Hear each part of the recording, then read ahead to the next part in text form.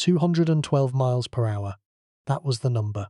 On an April afternoon in 1987, at Talladega Superspeedway in Alabama, a red number 9 Ford Thunderbird crossed the speed traps at a velocity that no stock car had ever reached, and that no stock car would ever be permitted to reach again. 212 miles per hour. The qualifying record that would stand forever, not because no one could go faster, but because the sport, terrified by what it had witnessed, would change its rules to make sure no one ever did. The man behind the wheel was William Clyde Elliott from Dawsonville, Georgia, a town so small that the entire population could have fit in the infield at Talladega with room to spare. He was not supposed to be there. He was not supposed to be that fast. He was a country boy from the North Georgia mountains, whose racing operation was run out of his father's garage, a family team with a fraction of the budget and a fraction of the personnel of the factory-backed mega-teams that were supposed to dominate the superspeedways. He was, by every conventional measure of the sport's competitive hierarchy, an underdog, a small-time operator who should have been running mid-pack and hoping for top 10 finishes.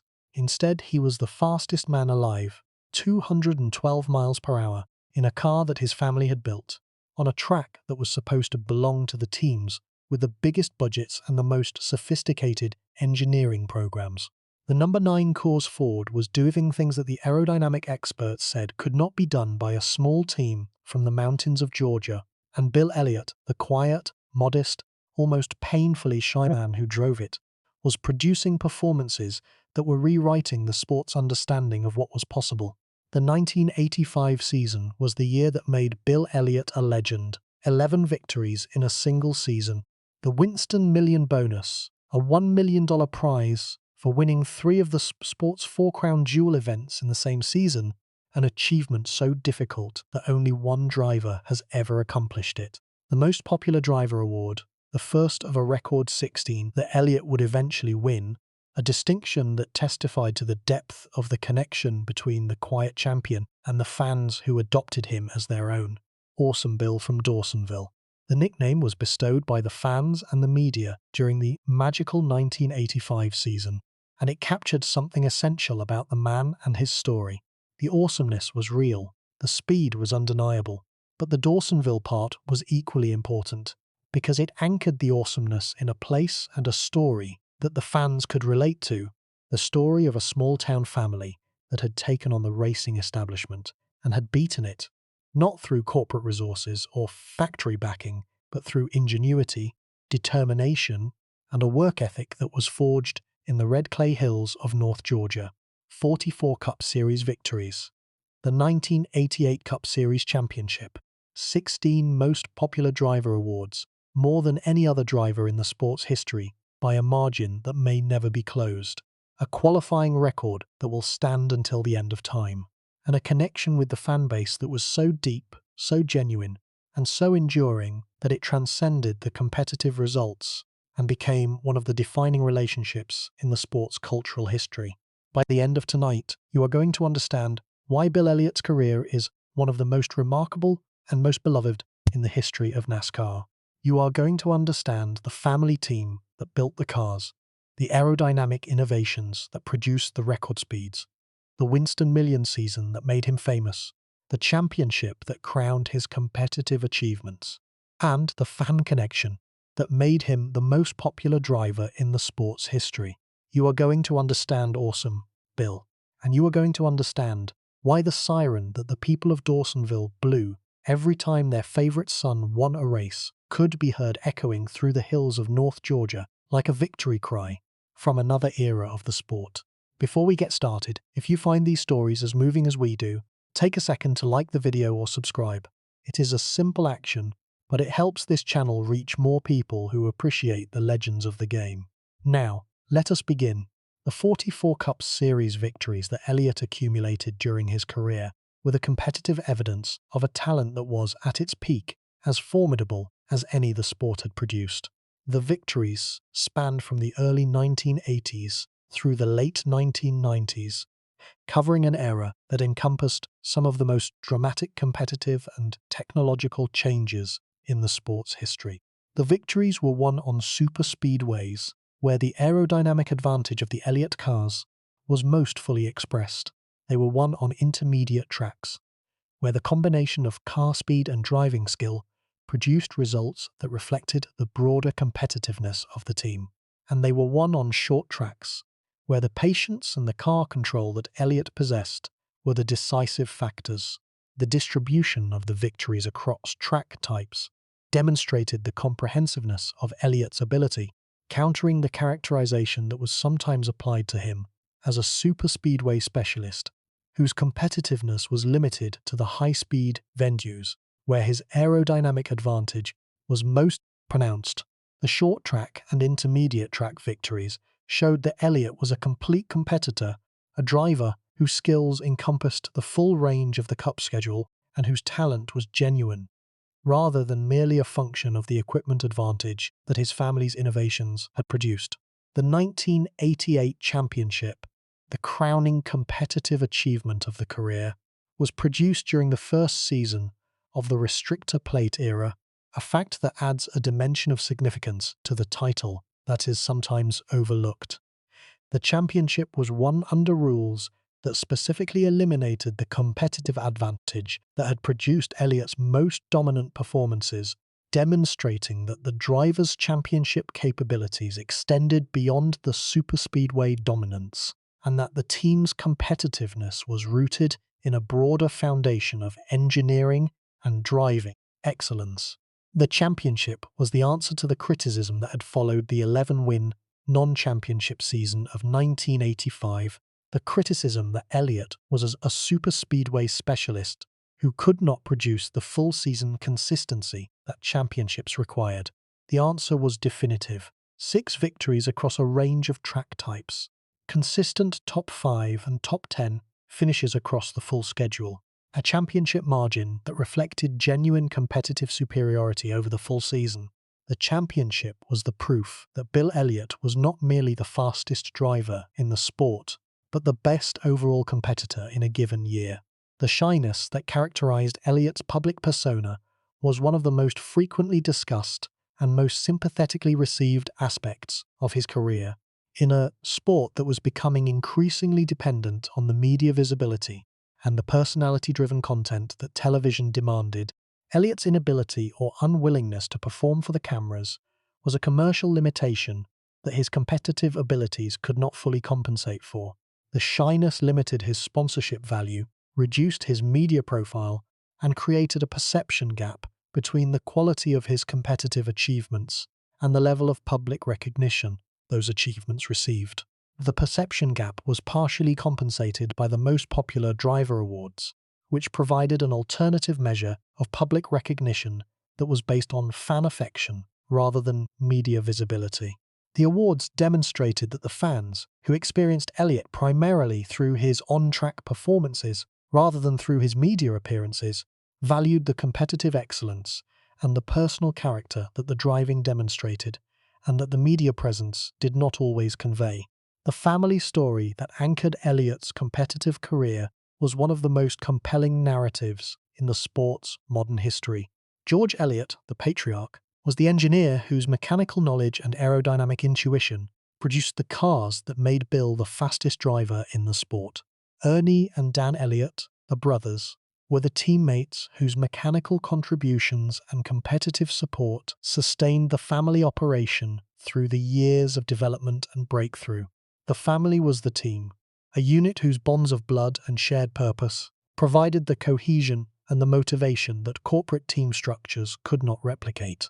The family team's competitive model, in which the preparation of the cars was conducted by family members in the family's own facility, was a model that was becoming increasingly rare in the Cup Series, as the sport's commercial growth attracted corporate investment and professional management structures.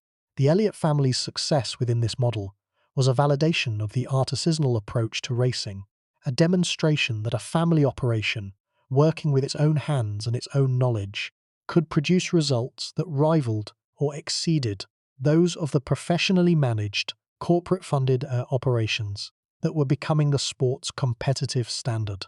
The Dawsonville victory siren, the tradition of sounding a siren at the local pool hall whenever Bill won a race, was one of the most endearing and most frequently cited elements of the Elliott story.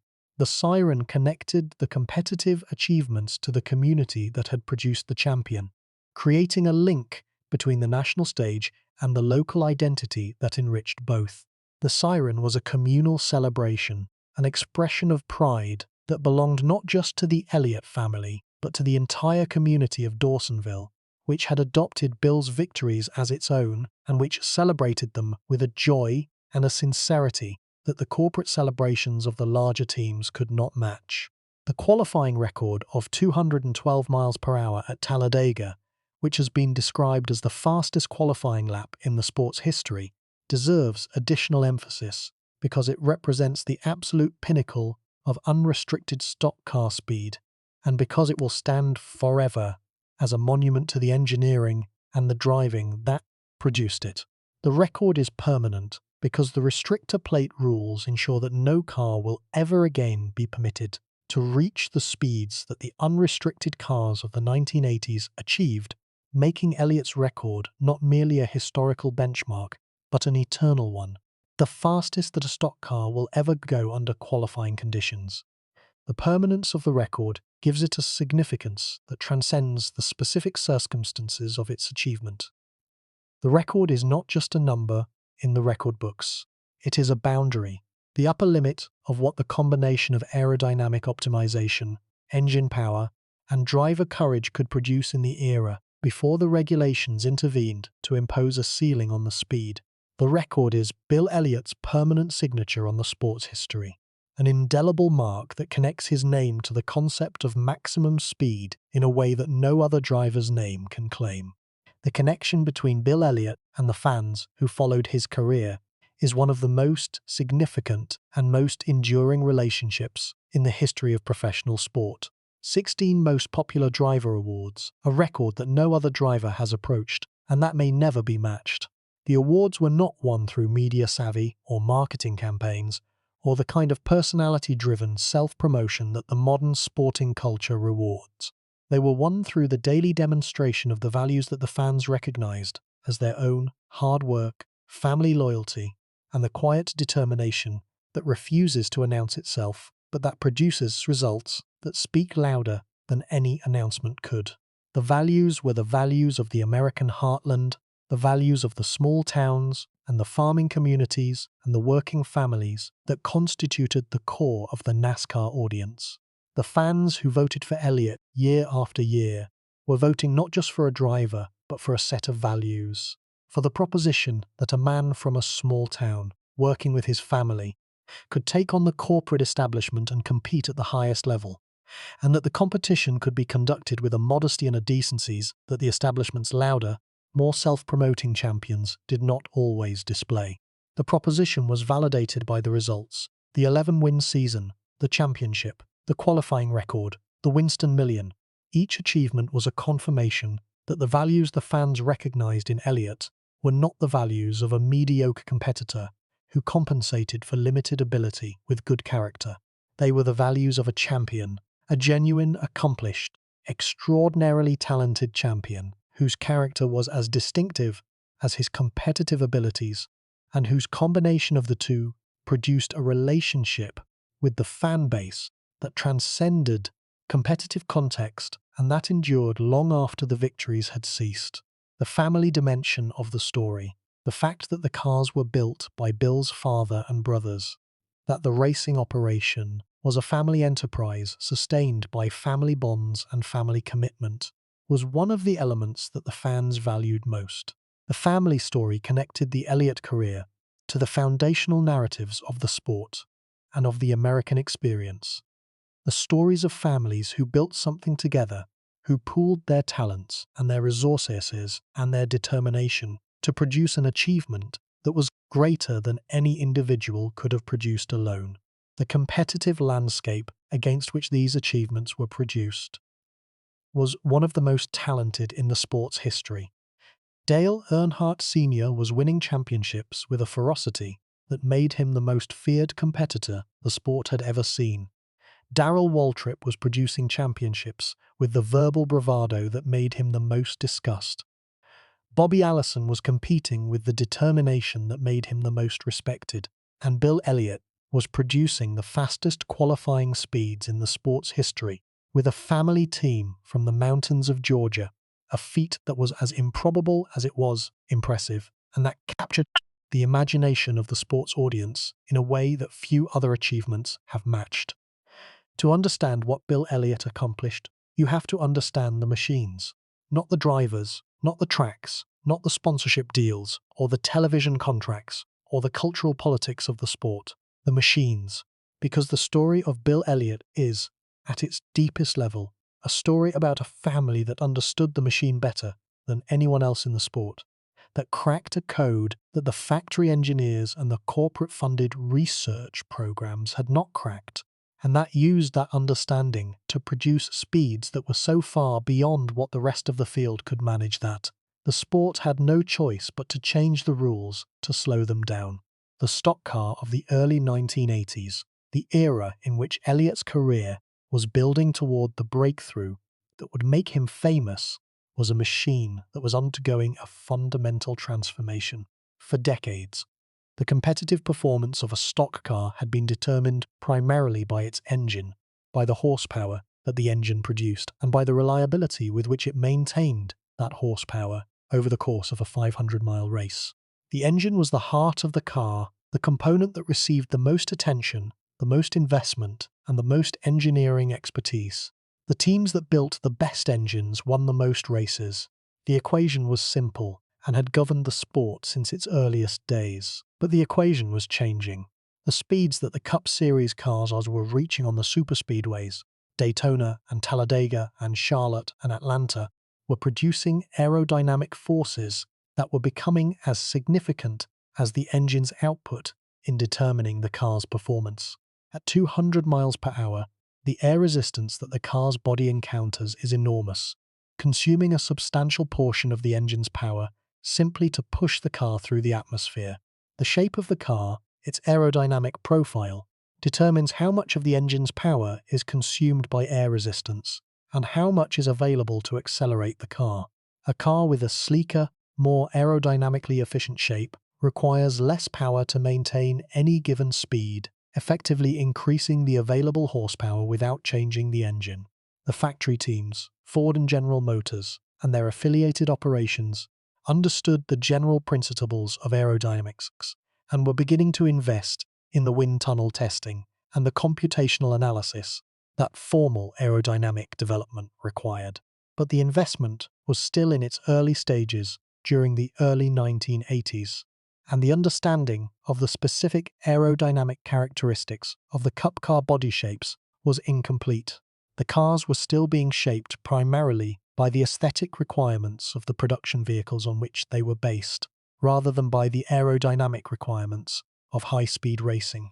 The gap between what was aerodynamically possible and what was actually being achieved was significant, and the team that closed this gap would have a competitive advantage that horsepower alone could not provide.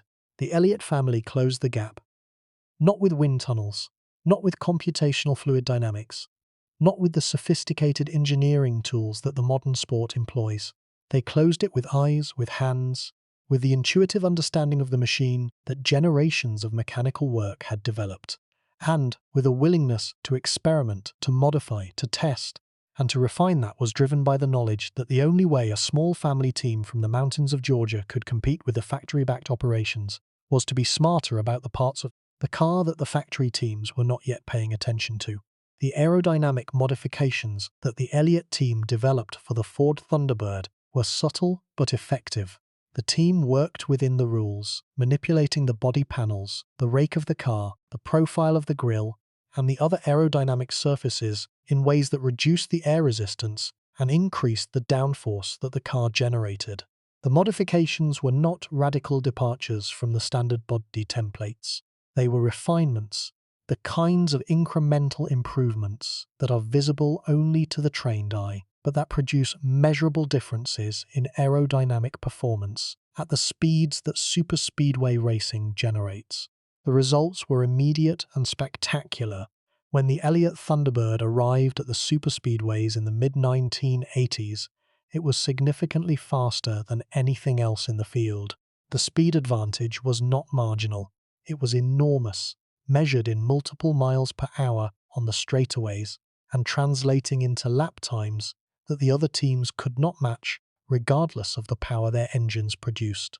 The Elliott car was slippery, cutting through the air with an efficiency that its competitors could not replicate, and the efficiency translated directly into the qualifying speeds and the race-winning performances that made Bill Elliott the fastest driver in the sport. The 212-mile-per-hour qualifying run at Talladega in 1987 was the ultimate expression of the aerodynamic advantage that the Elliott team had developed. The speed was not simply fast. It was faster than anything that had come before, by a margin that was startling, a demonstration of aerodynamic optimization that exceeded what anyone in the sport, including the factory engineers whose resources dwarfed the Elliott families, had been able to achieve. The response from NASCAR was swift and dramatic. The restrictor plate, a thin metal device placed between the carburetor and the intake manifold that limits the amount of air and fuel the engine can consume and thereby reduces its power output, was mandated for the superspeedway races at Daytona and Talladega, beginning with the 1988 Daytona 500. The mandate was a direct response to the speeds that the cars were reaching, speeds that the tire technology, the track infrastructure, and the safety equipment of the era were not designed to accommodate. But the mandate was also, in a very specific sense, a response to Bill Elliott, because it was the Elliott team's aerodynamic innovations and the record speeds those innovations had produced that had demonstrated most dramatically the need for speed reduction. The restrictor plate changed the competitive dynamics of superspeedway racing permanently. The plates equalized the engine performance across the field, reducing the horsepower advantage that the best engine programs had previously enjoyed and creating the pack racing conditions that would become the signature of modern Daytona and Talladega events. The equalization was a competitive democratization, giving the smaller, less well-funded teams a chance to compete at the superspeedways that the engine horsepower hierarchy had previously denied them. But the democratization came at the cost of the individual dominance that drivers like Elliott had been able to exercise, replacing the clear superiority of the fastest car with the strategic complexity and the unpredictability of the pack. The evolution of the stock car, from a primarily mechanical device to a primarily aerodynamic one, was one of the most significant technological transitions in the sport's history, and Bill Elliott's career was the catalyst that accelerated the transition. Before Elliott, aerodynamics was a secondary consideration in the preparation of a cup car. After Elliott, aerodynamics was a primary consideration, the subject of massive investment by every team in the sport, and the dimension of competitive preparations that consumed the most engineering resources and the most analytical attention. The engine evolution that accompanied the aerodynamic revolution was another dimension of the technological transformation that occurred during Elliott's career. The engines of the early 1980s were carbureted, naturally aspirated power plants, whose performance was optimized through traditional mechanical tuning, port work, valve train modification, and the other time-tested techniques of high-performance engine development. The engines were powerful, but were constrained by the inherent limitations of the carbureted fuel delivery system, which could not meter the fuel with the precision that electronic fuel injection would later provide. The transition from carbureted to fuel-injected engines in the Cup Series occurred after the peak of Elliott's superspeedway dominance, but represented another dimension of the technological evolution that his career encompassed. The fuel-injected engines, which were introduced in the Cup Series in the early 2000s, offered improved fuel delivery precision, improved throttle response, and improved emissions characteristics, transforming the engine from a relatively simple mechanical device into a more complex, more controllable, and more efficient power plant. The chassis technology that supported the engine and the aerodynamic development evolved as well during Elliott's career.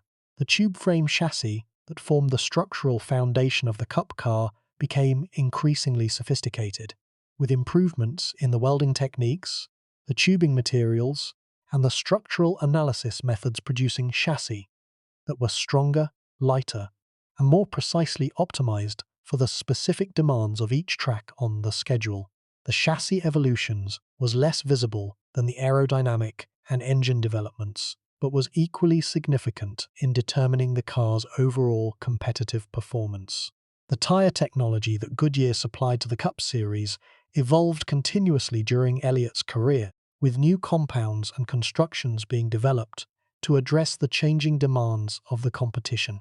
The tyres of the mid-1980s were designed for a competitive environment in which the cars were significantly slower than the speeds Elliott was achieving, and the mismatch between the tyre capabilities and the car speeds was one of the factors that contributed to the safety concerns that prompted the restrictor plate mandate.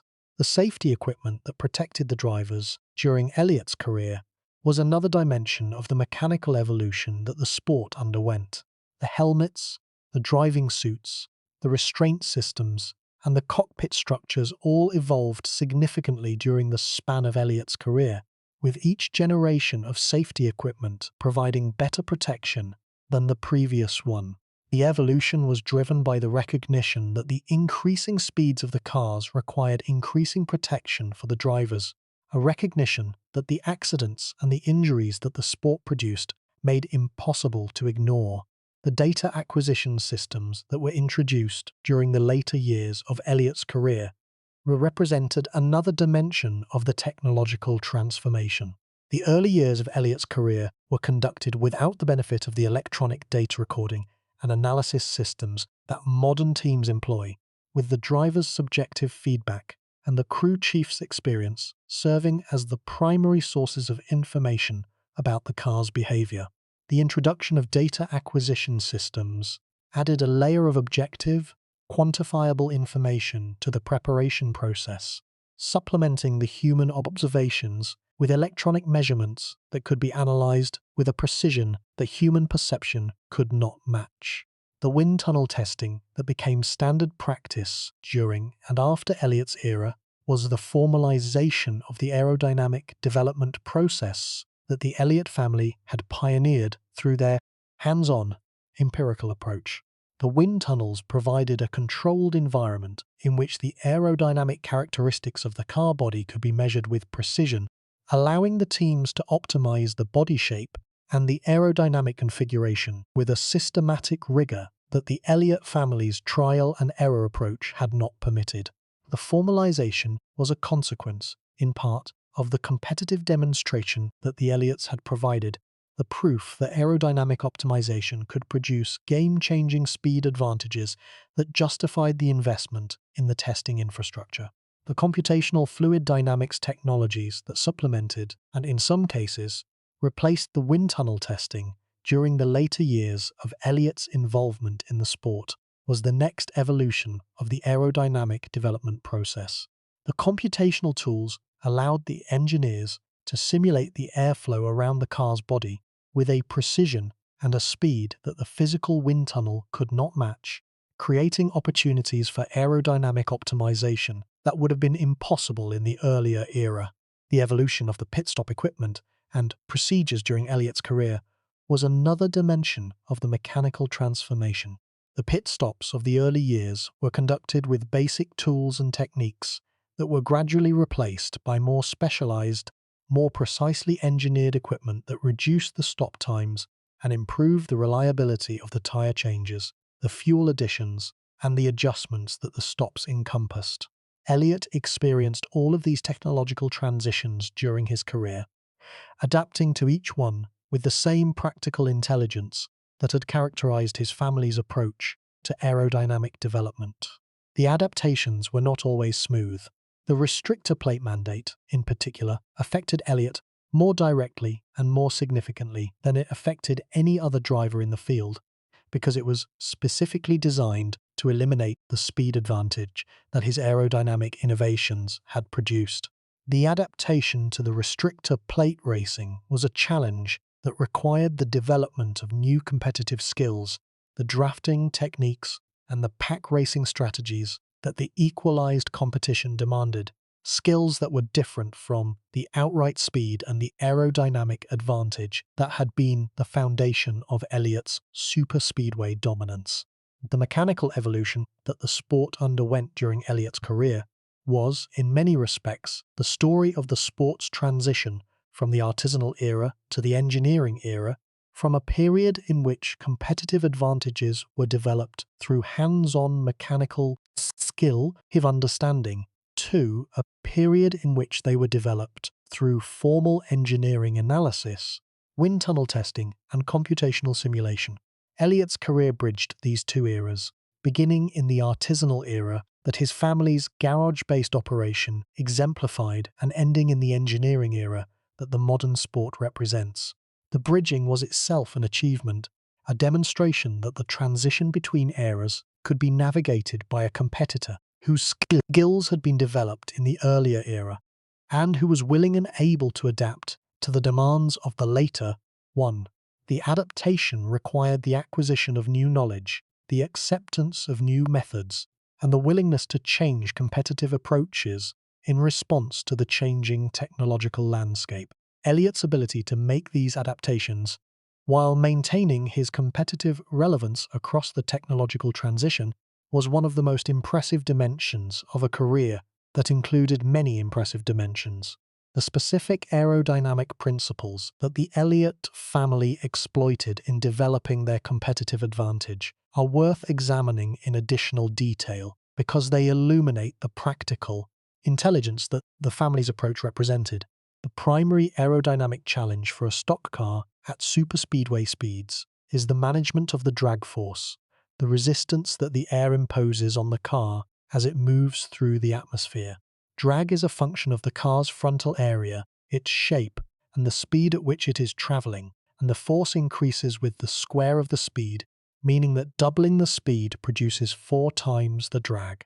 At 200 miles per hour, the drag force on a cup car is enormous, consuming a substantial portion of the engine's total power output and determining, more than any other single factor, the car's top speed.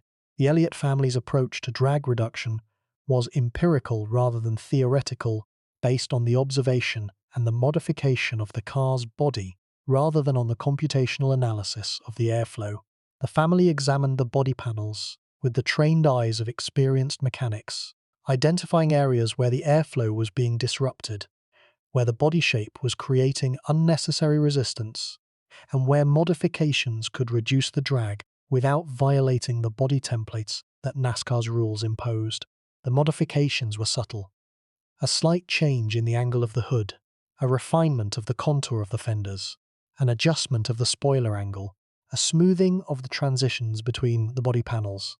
Each modification, individually, produced a small improvement in the car's aerodynamic efficiency, but the cumulative effect of dozens of small improvements was a significant reduction in the total drag that the car experienced, a reduction that translated directly into the speed advantage that the Elliott Thunderbird demonstrated on the superspeedways. The downforce management was another dimension of the aerodynamic challenge that the Elliott family addressed. Downforce, the aerodynamic force that pushes the car toward the track surface, is essential for maintaining grip and stability at high speeds. The management of downforce involves balancing the need for grip, which requires more downforce, against the need for speed, which is reduced by the drag that downforce-generating aerodynamic surfaces produce. The optimal balance between grip and speed is different for every track and every set of conditions, and the ability to find the optimal balance was one of the competitive skills that the Elliott team's preparation developed. The team's approach to the downforce challenge was, like its approach to drag reduction, empirical and iterative. The setup sessions, during which the car's aerodynamic configuration was adjusted and tested, were conducted with the same hands-on, feel-based methodology that characterized the family's overall approach. The adjustments were made, the car was tested, the results were observed, and the next adjustment was made based on the observed outcomes. The iterative process, repeated over countless test sessions and race weekends, produced an accumulated understanding of the car's aerodynamic behavior that was as deep, and as comprehensive as any understanding that the formal engineering approaches could have produced. The interaction between the aerodynamic development and the engine development was another dimension of the Elliott team's competitive approach that deserves examination. The aerodynamic efficiency of the car determined how much of the engine's power was available for acceleration and how much was consumed by air resistance. The engine's power output determined the absolute speed that the car could achieve given any particular level of aerodynamic efficiency. The optimization of the total competitive package required the simultaneous consideration of both factors, the balancing of engine power and aerodynamic efficiency, to produce the highest possible speed on the superspeedway straightaways and through the high-speed turns. The Elliott team's engine program, while not as extensively funded as the programs of the factory-backed teams, was competitive and was managed with the same practical intelligence that characterized the team's aerodynamic development. The engines were prepared in the family shop, tuned to produce the maximum reliable power that the components could sustain, and were maintained with the meticulous attention to detail that reliability over the course of a 500-mile race demanded. The combination of efficient aerodynamics and competitive engine power produced the speed advantage that made the Elliott car the fastest machine on the superspeedways. The advantage was not the product of any single innovation. It was the product of dozens of innovations, each one contributing a small increment of improvement, and the cumulative effect was a competitive advantage that was measured in multiple miles per hour of speed, and that translated into the qualifying records and the race victories that made Bill Elliott the most celebrated superspeedway competitor of his era. The NASCAR inspection process that the Elliott team navigated during the championship years was a significant dimension of the competitive environment that affected the team's aerodynamic development. The inspections, conducted before and after each race, were designed to ensure that the cars complied with the body templates and the mechanical specifications that the rules required. The inspections were the boundary between legal and illegal modifications, and the team's ability to develop aerodynamic improvements that fell within the rules, while still producing significant performance advantages, was one of the most impressive dimensions of their engineering achievement. The template compliance was a constraint that the team managed with the same practical intelligence that characterized its overall approach. The body templates that NASCAR used to check the conformity of the car's body shape were physical devices that were placed against the body panels at specific points, and the compliance was determined by the fit between the template and the panel.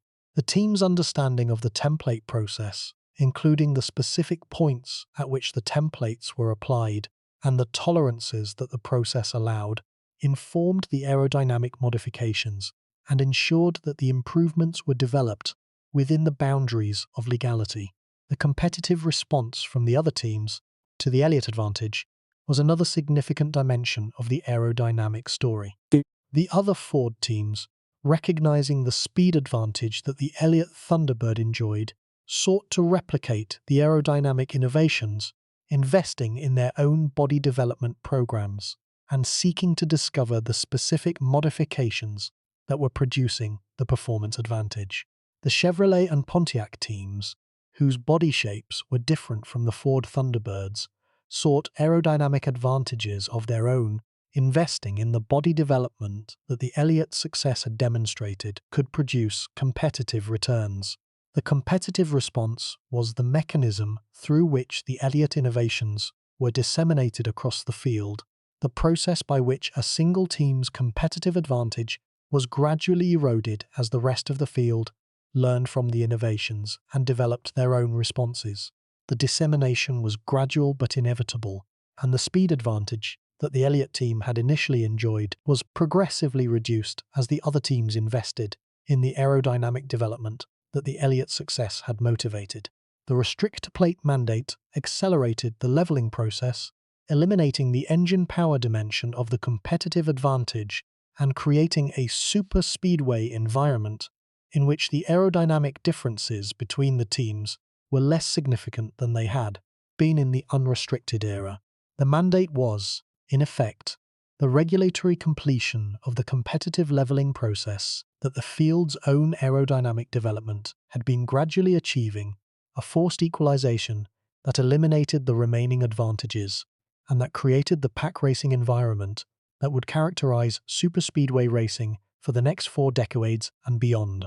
The broader significance of the aerodynamic revolution that Elliott's career catalyzed extends beyond the specific competitive dynamics of the Cup Series to encompass the sport's technological evolution. The revolution transformed the way Cup Series teams approached the challenge of preparing a competitive car, shifting the emphasis from the engine, which had been the primary focus for decades, to the aerodynamics, which became the primary focus in the post-Elliott era. The shift was permanent, and the aerodynamic focus that the modern sport maintains can be traced, at least in part, to the competitive demonstration that the Elliott family's innovations provided. The modern Cup Series team's aerodynamic development program, which typically involves millions of dollars in wind tunnel testing, computational fluid dynamics analysis, and scale model development, is the formalized descendant of the empirical, hands-on approach that the Elliott family employed in their garage in Dawsonville. The modern programs are more sophisticated, more expensive, and more precisely quantified than the Elliott family's approach. But they are pursuing the same objective, the optimization of the car's aerodynamic performance, and they are motivated by the same competitive understanding that the Elliott family demonstrated, the understanding that aerodynamic efficiency is as important as engine power in determining the car's competitive performance. The suspension technology that supported the aerodynamic development during Elliott's era was another dimension of the competitive package that affected the car's overall performance. The suspension determined the car's ride height, which affected the aerodynamic behavior, and the suspension setup optimization was an integral part of the total competitive preparation. The Elliott team's suspension work, conducted with the same empirical approach that characterized its aerodynamic development, produced setups that complemented the aerodynamic configurations and that contributed to the total speed advantage the car demonstrated. The relationship between the team's aerodynamic work and the Ford Motor Company's factory racing program was another significant dimension of the competitive context.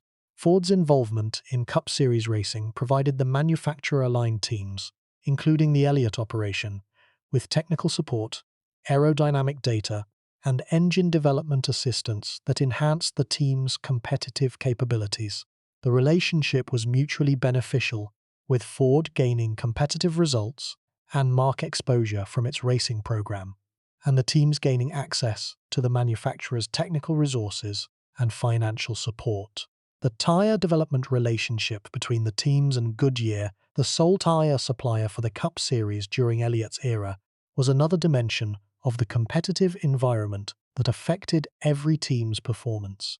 The tires that Goodyear supplied were developed for the specific demands of each track on the schedule, and the performance characteristics of the tires affected the car's handling, its speed, and its competitive behavior in ways that the teams had to accommodate in their preparation.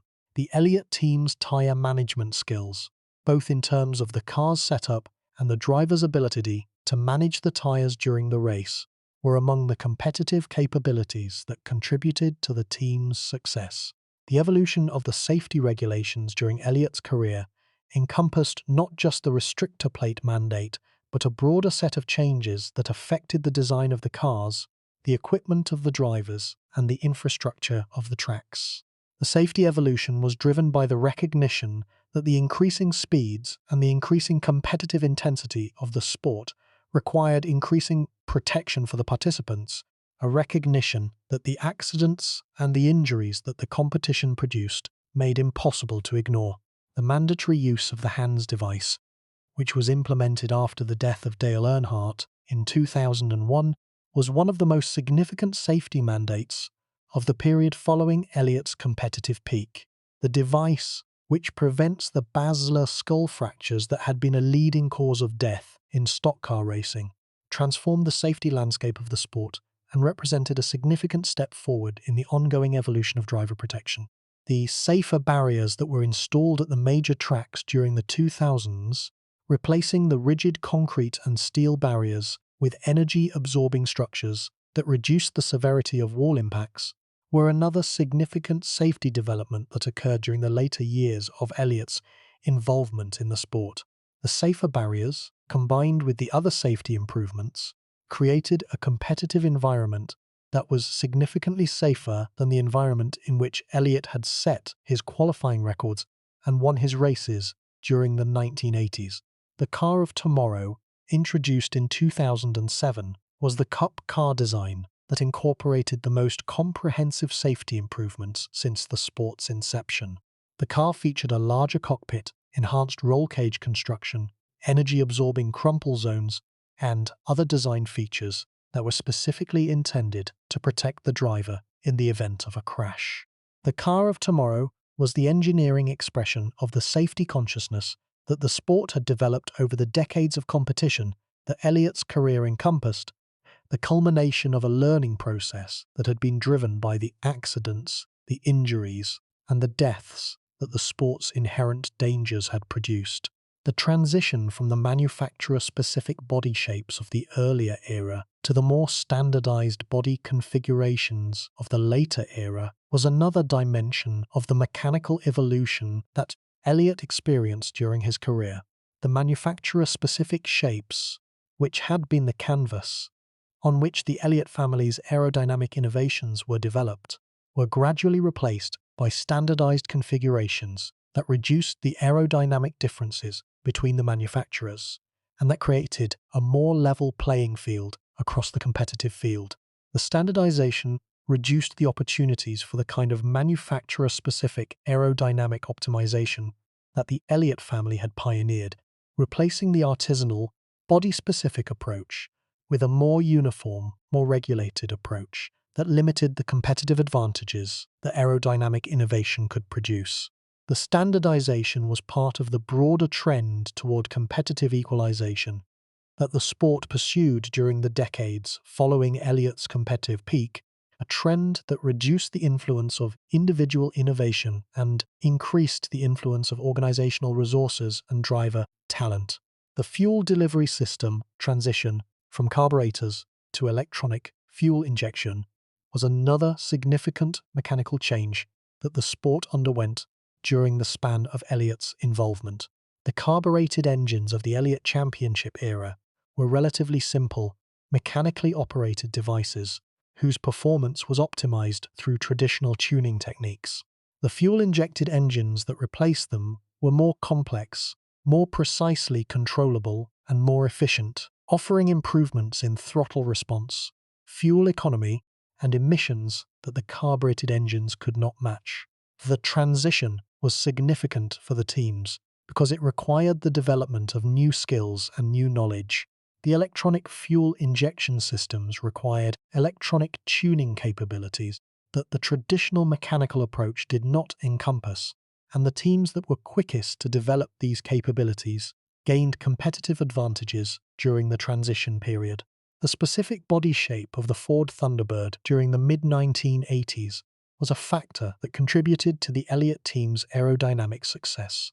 The Thunderbird's design, with its sloped roofline and its relatively streamlined profile, provided a body shape that was naturally more aerodynamically efficient than some of the competing manufacturer designs. The natural advantage of the body shape was enhanced by the modifications that the Elliott family developed, creating a total aerodynamic package that was significantly more efficient than the competition's. The manufacturer competition between Ford and General Motors during the Elliott era was a significant dimension of the competitive landscape that affected the aerodynamic development and the competitive dynamics. The manufacturer rivalry motivated both companies to invest in the development of their racing programs, producing engine performance and aerodynamic configurations that advanced the overall level of competition. Ford's commitment to the racing program, including its support of the Elliott team and other Ford-affiliated operations, was driven by the competitive exposure and the marketing benefits that racing success provided. The Chevrolet Monte Carlo, which was the primary General Motors body used in the Cup Series during the Elliott era, presented a different aerodynamic profile than the Thunderbird and required different optimization strategies. The aerodynamic competition between the Ford and Chevrolet body shapes was one of the dimensions of the manufacturer rivalry that affected the competitive dynamics and that motivated the teams on both sides to invest in the aerodynamic development that the Elliott success had demonstrated could produce significant competitive returns. The Pontiac Grand Prix was another manufacturer body that competed in the Cup Series during the Elliott era, adding a third aerodynamic profile to the manufacturer competition and creating additional complexity in the competitive landscape. The Pontiac body required its own aerodynamic optimization, and the teams that competed with Pontiac bodies developed their own aerodynamic innovations in response to the competitive challenge that the Ford teams, led by the Elliott operation, had established. The competitive balance between the manufacturers was a subject of ongoing attention from NASCAR's governing body, which sought to maintain a level playing field across the manufacturer affiliations. The body template system, the engine specification rules, and the other regulatory mechanisms that NASCAR employed were designed to ensure that no single manufacturer had an inherent competitive advantage that could not be addressed through the development efforts of the other manufacturers. The management of the manufacturer balance was a complex ongoing process that affected the competitive dynamics throughout the Elliott era and beyond. The horsepower levels that the Cup Series engines produced during the unrestricted era of the mid-1980s were significantly higher than the levels that the restrictor plate rules would later permit. The unrestricted engines, producing power outputs that exceeded 600 horsepower, were the power plants that drove the record speeds and that created the safety concerns that the restrictor plates were designed to address. The reduction in horsepower that the restrictor plates imposed, roughly 150 to 200 horsepower, depending on the specific plate configuration, was the mechanism through which the speed reduction was achieved. The relationship between the horsepower reduction and the aerodynamic performance was a complex interaction that affected the competitive dynamics of the superspeedway events. The reduced horsepower meant that the aerodynamic efficiency of the car was less significant in determining the top speed because the engine's power was the limiting factor rather than the aerodynamic drag. The reduction diminished the competitive advantage that the aerodynamically superior cars had previously enjoyed, creating the more equalized competition that the restrictor plates were designed to produce. The weight distribution and the center of gravity of the Cup cars during the Elliott era were additional dimensions of the competitive package that affected the car's handling and its overall performance. The management of the weight distribution, which determined how the car's mass was distributed between the front and the rear and between the left and the right sides, affected the car's cornering characteristics and its stability at high speeds. The Elliott team's attention to the weight distribution, conducted with the same empirical precision that characterized the aerodynamic development, contributed to the total competitive package that the championship results reflected. The cooling systems that managed the temperatures of the engine, the brakes, and the driver's environment during the races were another dimension of the mechanical package that affected the competitive performance. The management of heat, which is a significant challenge in the enclosed cockpit of a Cup car at superspeedway speeds, required attention to the airflow through the car's cooling ducts and to the thermal management of the mechanical components that the racing produced. The Elliott team's cooling management was a dimension of the overall preparation that contributed to the reliability and the endurance that 500-mile races demanded. The brake technology that the Cup cars employed during the Elliott era was relatively simple compared to the more sophisticated systems that later generations would use. The disc brake systems that were standard on the Cup cars provided the stopping power that the oval tracks demanded, and the management of brake temperature and brake wear was a competitive skill that affected the outcome at the tracks where braking was a significant performance factor. The short track performances that Elliott produced at tracks like Bristol and Martinsville, where braking was critical, required the management of brake performance over hundreds of laps, a challenge that the team's preparation and Elliott's driving discipline addressed with competitive effectiveness. The transmission and drivetrain technology of the Cup cars during the Elliott era was another dimension of the mechanical package that affected the car's competitive performance. The manual transmissions that the Cup cars used required the driver's active management during the race, including the gear selection, the shift timing, and the clutch management that the specific demands of each track and each racing situation required. Elliott's transmission management was a competitive skill that complemented his driving abilities and that contributed to the overall effectiveness of his competitive approach. The fuel cell technology that the Cup cars employed was a safety feature that had been mandated in response to the fire hazards that the earlier era's standard fuel tanks had presented. The rubber fuel cells, designed to contain the fuel in the event of a crash, reduced the risk of the post-crash fires that had been one of the most terrifying and most deadly hazards of the sport's earlier decades. The fuel cell was one of the safety innovations that contributed to the overall safety improvement that the sport underwent during the span of Elliott's career. William Clyde Elliott was born on October the 8th, 1955, in Cumming, Georgia, a small town in the foothills of the North Georgia mountains.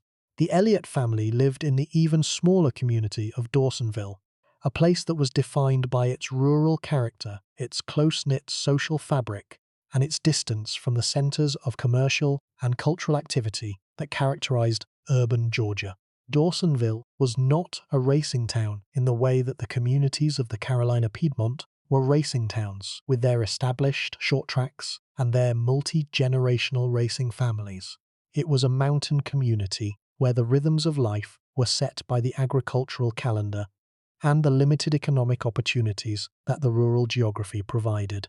The racing passion that would eventually carry Bill Elliott to the Cup Series championship was a family affair, rooted in the mechanical aptitude and the competitive spirit of his father, George Elliott, who was the patriarch of the racing operation that would later produce Bill's championship. George Elliott was a mechanic, a man whose understanding of engines and chassis and the physical behavior of mechanical systems was the product of years of hands-on experience rather than formal engineering education. The understanding was deep, comprehensive, and practically oriented, the kind of knowledge that produces results in the shop and on the track rather than in the classroom. Bill's brothers, Ernie and Dan, were integral parts of the family racing operation, contributing their own mechanical skills and their own competitive passion to the collective enterprise. The Elliott racing operation was, from its earliest days, a family operation in the truest sense, with every member of the family contributing to the effort and with the family bonds providing the cohesion and the motivation that sustained the operation through the lean years that preceded the breakthrough. The early racing career was conducted on the local short tracks of the Georgia and Carolina region, the small ovals where a young driver with talent and ambition could develop his skills, and where the competitive culture, while intense, was less rigidly hierarchical than the national series. Bill was fast from the beginning, demonstrating a natural talent for the machine and the dynamics of stock car racing that his family's mechanical environment had helped develop. The talent was refined through the competitive experience that the short tracks provided, and the results that the young Elliott produced on the regional circuits were sufficient to generate the ambition for a career at the national level. The Cup Series entry came in the late 1970s, and the early years were characterized by the limitations that a small, family-funded operation faced when competing against the established, professionally managed teams of the Cup Series. The Elliott cars were competitive but not dominant, capable of producing strong finishes on favorable days, but not consistently fast enough to contend for victories against the field's best. The limitations were financial as much as they were technical, a reflection of the gap between the resources available to a family operation from Dawsonville and the resources available to the factory-backed teams that populated the top of the standings. The breakthrough came in the mid-1980s, when the aerodynamic innovations that the Elliott family had developed for the Ford Thunderbird began to produce the speed advantages that would transform Bill from a competent competitor into the fastest driver in the sport. The innovations were the product of the family's mechanical aptitude, their willingness to experiment, and their understanding that the aerodynamic dimension of the car's performances was the area where a small team could find the competitive advantages that their limited engine development resources could not provide. The 1985 season was the year that everything came together. Bill Elliott won 11 races that season, a total that was the highest in the Cup Series since the era of the shortened schedules when Richard Petty and David Pearson were accumulating victories at rates that the longer modern schedule made difficult to replicate. The 11 victories included wins at the Daytona 500, the Winston 500 at Talladega, and the Southern 500 at Darlington, the three crown jewel victories that qualified Elliott for the Winston Million bonus, a $1 million prize that R.J. Reynolds had offered to any driver who could win three of the sport's four most prestigious races in the same season. The Winston Million achievement was the competitive event that made Elliott a national figure. The $1 million prize, unprecedented in the sport's history, attracted media attention that extended far beyond the sport's traditional coverage and that introduced Elliott to an audience that had not previously followed stock car racing. The media coverage was extensive and was amplified by the compelling narrative that accompanied the achievement, the story of a small-town family team that had taken on the racing establishment and had won the sport's most lucrative prize through ingenuity, hard work, and a driving talent that was as genuine as it was unexpected. And it gets harder to fully appreciate the Winston Million without understanding the specific circumstances of the races that produced it. The Daytona 500 victory was won with a speed and a dominance that reflected the aerodynamic advantage the Elliott Thunderbird enjoyed at the superspeedways. The Talladega victory was another superspeedway triumph that demonstrated the car's aerodynamic superiority. The Darlington victory, at the sport's oldest and most demanding track, demonstrated that the team's competitiveness extended beyond the superspeedways to the intermediate tracks, where the aerodynamic advantage was complemented by the driving skill and the car setup expertise that the family team possessed. The 11-win season of 1985 was extraordinary, but did not produce the championship. Dale Earnhardt Sr. won the Cup title that year, accumulating enough points through his own consistent performance to claim the championship despite Elliott's more prolific victory production. The discrepancy between the number of victories and the championship result was a function of the point system that was in place, which rewarded consistent finishes across the full schedule rather than the concentration of victories that Elliott's superspeedway dominance produced. Elliott's results at the non-superspeedway tracks, while competitive, were not as dominant as his superspeedway performances, and the gap allowed Earnhardt, whose consistency across all track types was superior, to accumulate more championship points despite winning fewer races. The frustration of winning 11 races and losing the championship was a recurring theme of the mid-1980s seasons as Elliott continued to produce prolific victory totals without claiming the championship that the victories should have produced. The frustration reflected the specific nature of Elliott's competitive advantage, which was most fully expressed at the superspeedways, where the aerodynamic innovations produced the greatest speed differential, and which was less pronounced at the short tracks and the intermediate ovals, where the other dimensions of competitive performance, engine power, chassis setup, driving skill in traffic, were more important. The 1988 championship was the resolution of the frustration, the season in which Elliott finally combined the superspeedway speed with the overall consistency necessary to claim the title.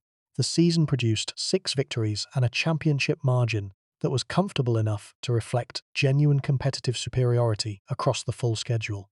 The championship was the validation that the victories had promised, but that the point system had previously withheld, the confirmation that Bill Elliott was not merely the fastest driver in the sport, but the best overall competitor in a given season.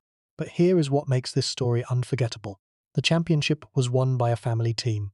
The number 9 Coors Ford that carried Elliott to the title was prepared in the family shop in Dawsonville by the father and the brothers and the small crew of dedicated professionals who constituted the Elliott racing operation.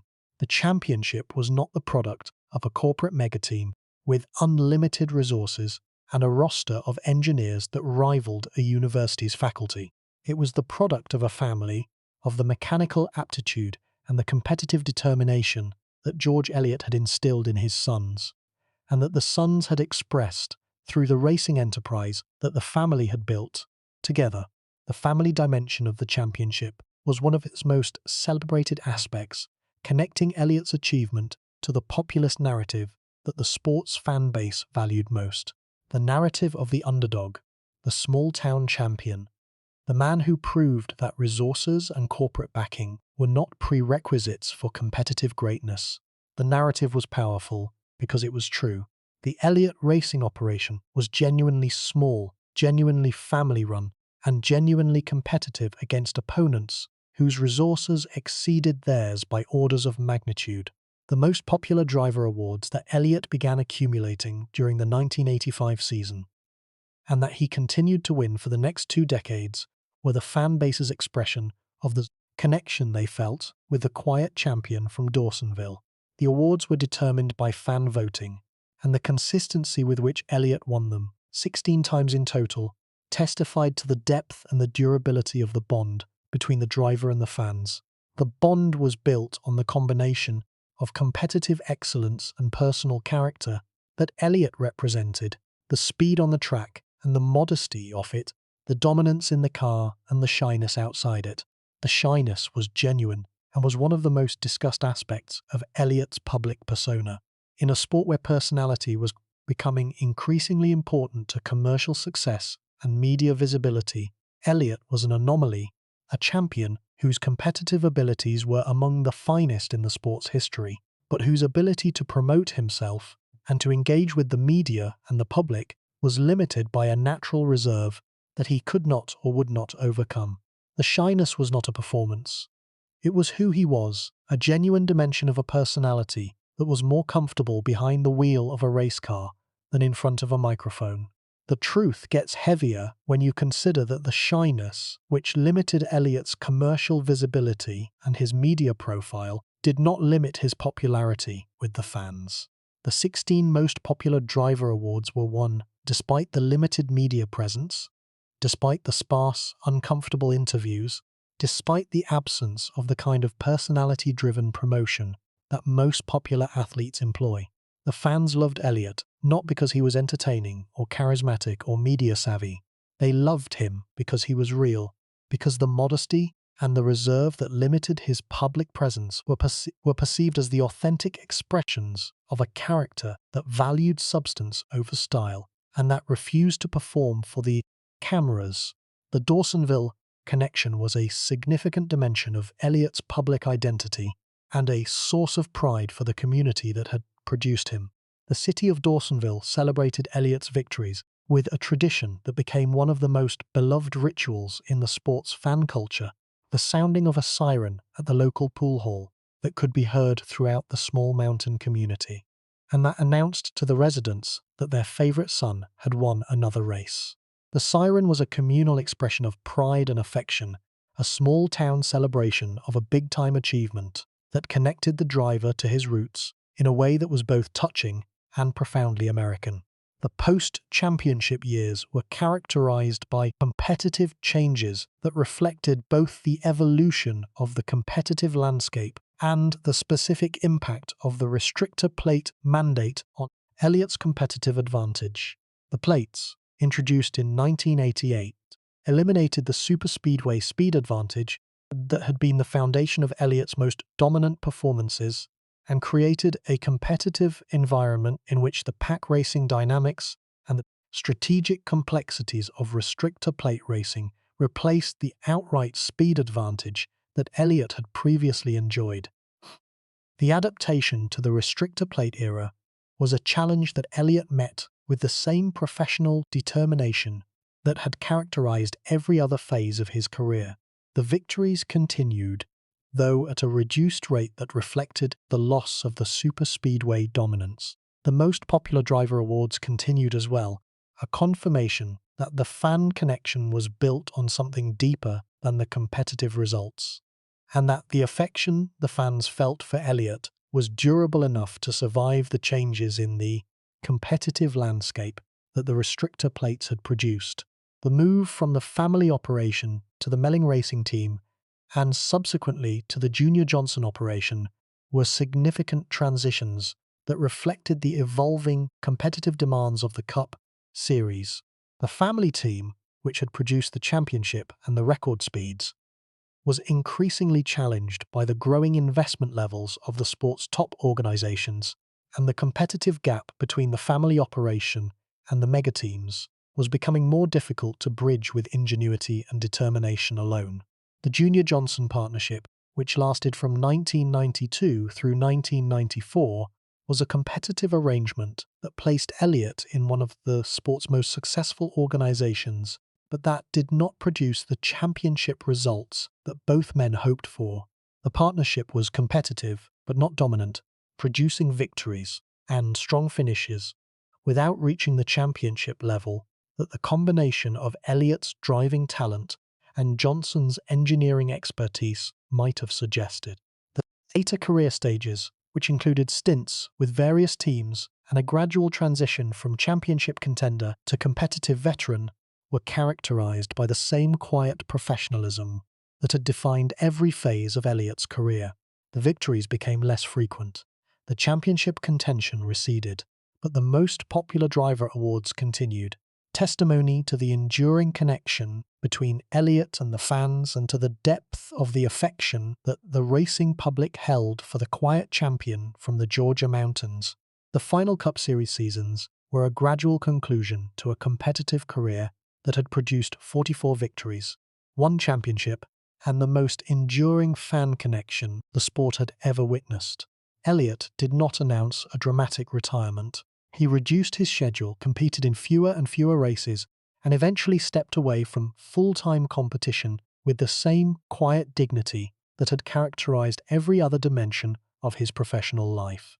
The relationship between Bill Elliott and his son, Chase Elliott, who would go on to win the 2020 Cup Series championship, added a generational dimension to the Elliott legacy that connected the father's achievements to the son's career, and that demonstrated the hereditary dimension of the racing talent that the Elliott family possessed. Chase's championship, won 32 years after his father's, created a father-son championship distinction that connected the Elliott name to the sport's family traditions, and that provided a satisfying narrative closure to the story that Bill had begun in the family garage in Dawsonville. The competitive progression from local short-track racer to Cup Series contender was a journey that the Elliott family undertook together, investing their time, their money, and their mechanical expertise in the collective enterprise of building a racing operation that could compete at the national level. The journey was long, spanning several years of development and adjustment, and the competitive results during the early Cup Series years reflected the limitations that a small family operation faced when competing against the established, professionally managed teams of the Cup Series. The early Cup seasons produced results that were modest by the standards that the later years would establish, but that were encouraging enough to sustain the family's commitment to the enterprise. The top 10 finishes, the occasional strong qualifying performance, and the competitive races that the early years produced were evidence that the talent was real and that the equipment, while not yet championship caliber, was competitive enough to suggest that further development could produce significant results. The partnership with the Melling Racing organization, which provided the financial resources and the organizational structure that the family operation alone could not provide, was a significant step in the competitive development of the Elliott career. The Melling partnership maintained the family's involvement in the car preparation, while adding the financial and organizational resources that Cup Series competition at the championship level demanded. The partnership was productive, producing the 11-win season, the championship, and many of the victories that constituted the competitive peak of Elliott's career. Harry Melling, the team owner, brought a business acumen and a financial commitment to the partnership that complemented the Elliott family's mechanical abilities. The alignment between the Melling resources and the Elliott talent was the competitive foundation on which the championship years were built, and the partnership was one of the most productive driver-owner collaborations of the era. The Ernie Elliott dimension of the racing operation deserves particular emphasis, because Ernie's contributions to the engine development program were a significant factor in the team's competitive success. Ernie Elliott, Bill's brother, was the engine builder of the family operation, a man whose understanding of the internal combustion engine and whose ability to extract maximum reliable power from the NASCAR specification engines was one of the competitive strengths that the team possessed. The engines that Ernie built were consistently among the most powerful in the Cup Series field, providing the foundational speed that the aerodynamic innovations enhanced and that the championship results reflected. The Ernie Elliott engines were the product of the same empirical, hands-on approach that characterized the family's overall competitive methodology.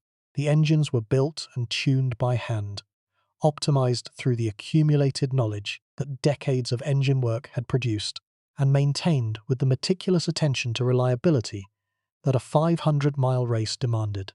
The quality of the engines was a competitive asset that complemented the aerodynamic innovations, and that contributed to the total speed advantage that the team demonstrated on the superspeedways. The Dan Elliott contribution to the family operation was another dimension of the collective effort that produced the championship results. Dan, the third Elliott brother, contributed to the mechanical preparation and the organizational management of the racing operation, providing the support that the demanding Cup Series schedule required. The family's collective effort, distributed across multiple members, was the organizational model that sustained the operation through the years of development and that provided the competitive infrastructure on which the championship was built. The George Elliott influence on the racing operation was the foundational element that shaped the family's approach to the competitive challenge. George's mechanical knowledge, his aerodynamic intuition, and his willingness to experiment and to innovate were the qualities that produced the competitive advantages that his sons exploited on the track.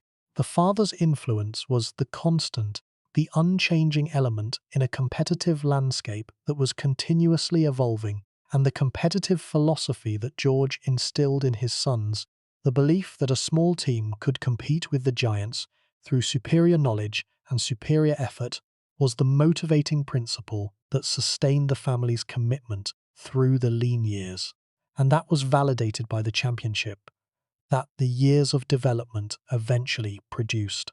The driving style that Bill Elliott brought to the Cup Series was a reflection of both his natural temperament and the specific competitive requirements of the super speedways, where his performances were most dominant.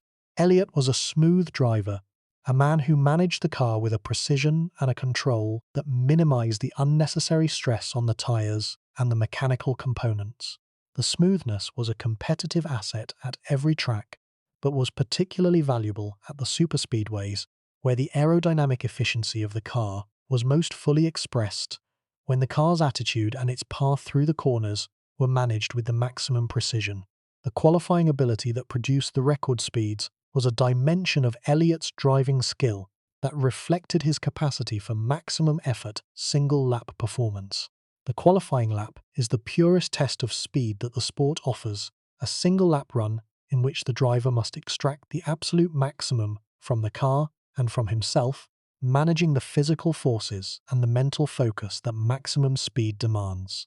Elliott's qualifying abilities were among the finest in the sport's history, producing speeds that were consistently at the top of the charts, and that reflected the combination of the car's aerodynamic superiority and the driver's capacity for peak performance. The race day performance that complemented the qualifying speed was another dimension of Elliott's competitive profile. The transition from qualifying speed to race day competitiveness requires a different set of skills, including the management of tyre wear, the conservation of fuel, the navigation of traffic, and the adaptation to the changing track conditions that a multi-hour race produces. Elliott's race day skills were competitive and were the foundation on which the championship campaign was built, demonstrating that the qualifying speed was accompanied by the broader competitive abilities that championship success requires. The relationship between Elliott and the Ford Motor Company was a significant competitive dimension that affected the equipment available to the team and the support that the manufacturer provided. Ford's factory racing program during the 1980s was one of the most active in the sport, providing the manufacturer-aligned teams with engine technology, aerodynamic data, and financial support that enhanced their competitive capabilities. Elliott's affiliation with Ford gave the team access to the manufacturer's resources, which complemented the family's own development capabilities, and which contributed to the competitive package that the championship years produced. The competitive landscape of the mid-1980s, the era of Elliott's peak competitiveness, was one of the richest in the sport's history. Dale Earnhardt Sr. was the dominant figure, winning championships with a regularity that established a standard against which every other competitor was measured.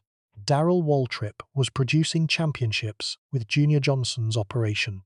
Bobby Allison was competing at the highest level. Tim Richmond was delivering spectacular performances that his career's brevity would make all the more poignant. Jeff Bodine, Ricky Rudd, Terry Labonte, and Harry Gant were all producing results that contributed to the era's competitive depth. Against this field, Bill Elliott produced the 11-win season of 1985 and the championship of 1988. The achievements were extraordinary by any measure, but were made more extraordinary by the quality of the competition they were produced against. The field that Elliott defeated was not a weak field. It was one of the strongest in the sport's history, populated by drivers whose talents and whose competitive records placed them among the sport's all-time greats. The most popular driver award, which Elliott won for the first time in 1985, and which he would continue to win for the next decade and a half, was the fanbase's response to the combination of competitive excellence and personal character that Elliott represented. The award was determined by fan voting, a democratic process that reflected the preferences and the values of the sport's audience rather than the judgments of the media or the assessments of the sport's institutional leadership. The fans' choice of Elliott, repeated year after year with a consistency that demonstrated the depth and the durability of the connection, was a collective expression of the values that the audience recognized in the quiet champion from Dawsonville. The values that the fans recognized were the values of the American heartland, the values of hard work, family loyalty, and modest self-presentation that Elliott embodied and that the fans identified as their own. The connection was not a celebrity relationship. The superficial, media-mediated connection between a famous person and an audience that knows the famous person only through the filtered lens of public appearances. It was a values relationship, a deeper, more personal connection built on the recognition of shared character traits and shared priorities that transcended the competitive context. The departure from the family team model to the professionally managed team structure was a transition that the later years of Elliott's career required, but that the earlier years had not anticipated. The competitive landscape of the Cup Series was evolving in ways that increasingly favored the multi-car mega teams whose organizational resources and engineering capabilities exceeded what a family operation could provide. The evolution was driven by the increasing investment levels that the sport's commercial growth made possible, and by the competitive advantages that the larger organization's data sharing, engineering collaboration, and personnel depth provided. Elliott's transition through several teams during the later years of his career reflected the challenges of navigating this evolving landscape. The Junior Johnson partnership, the McDonald's-sponsored team, and the other competitive arrangements that characterized the post-Melling years placed Elliott in different organizational contexts, each with its own competitive capabilities and its own competitive limitations.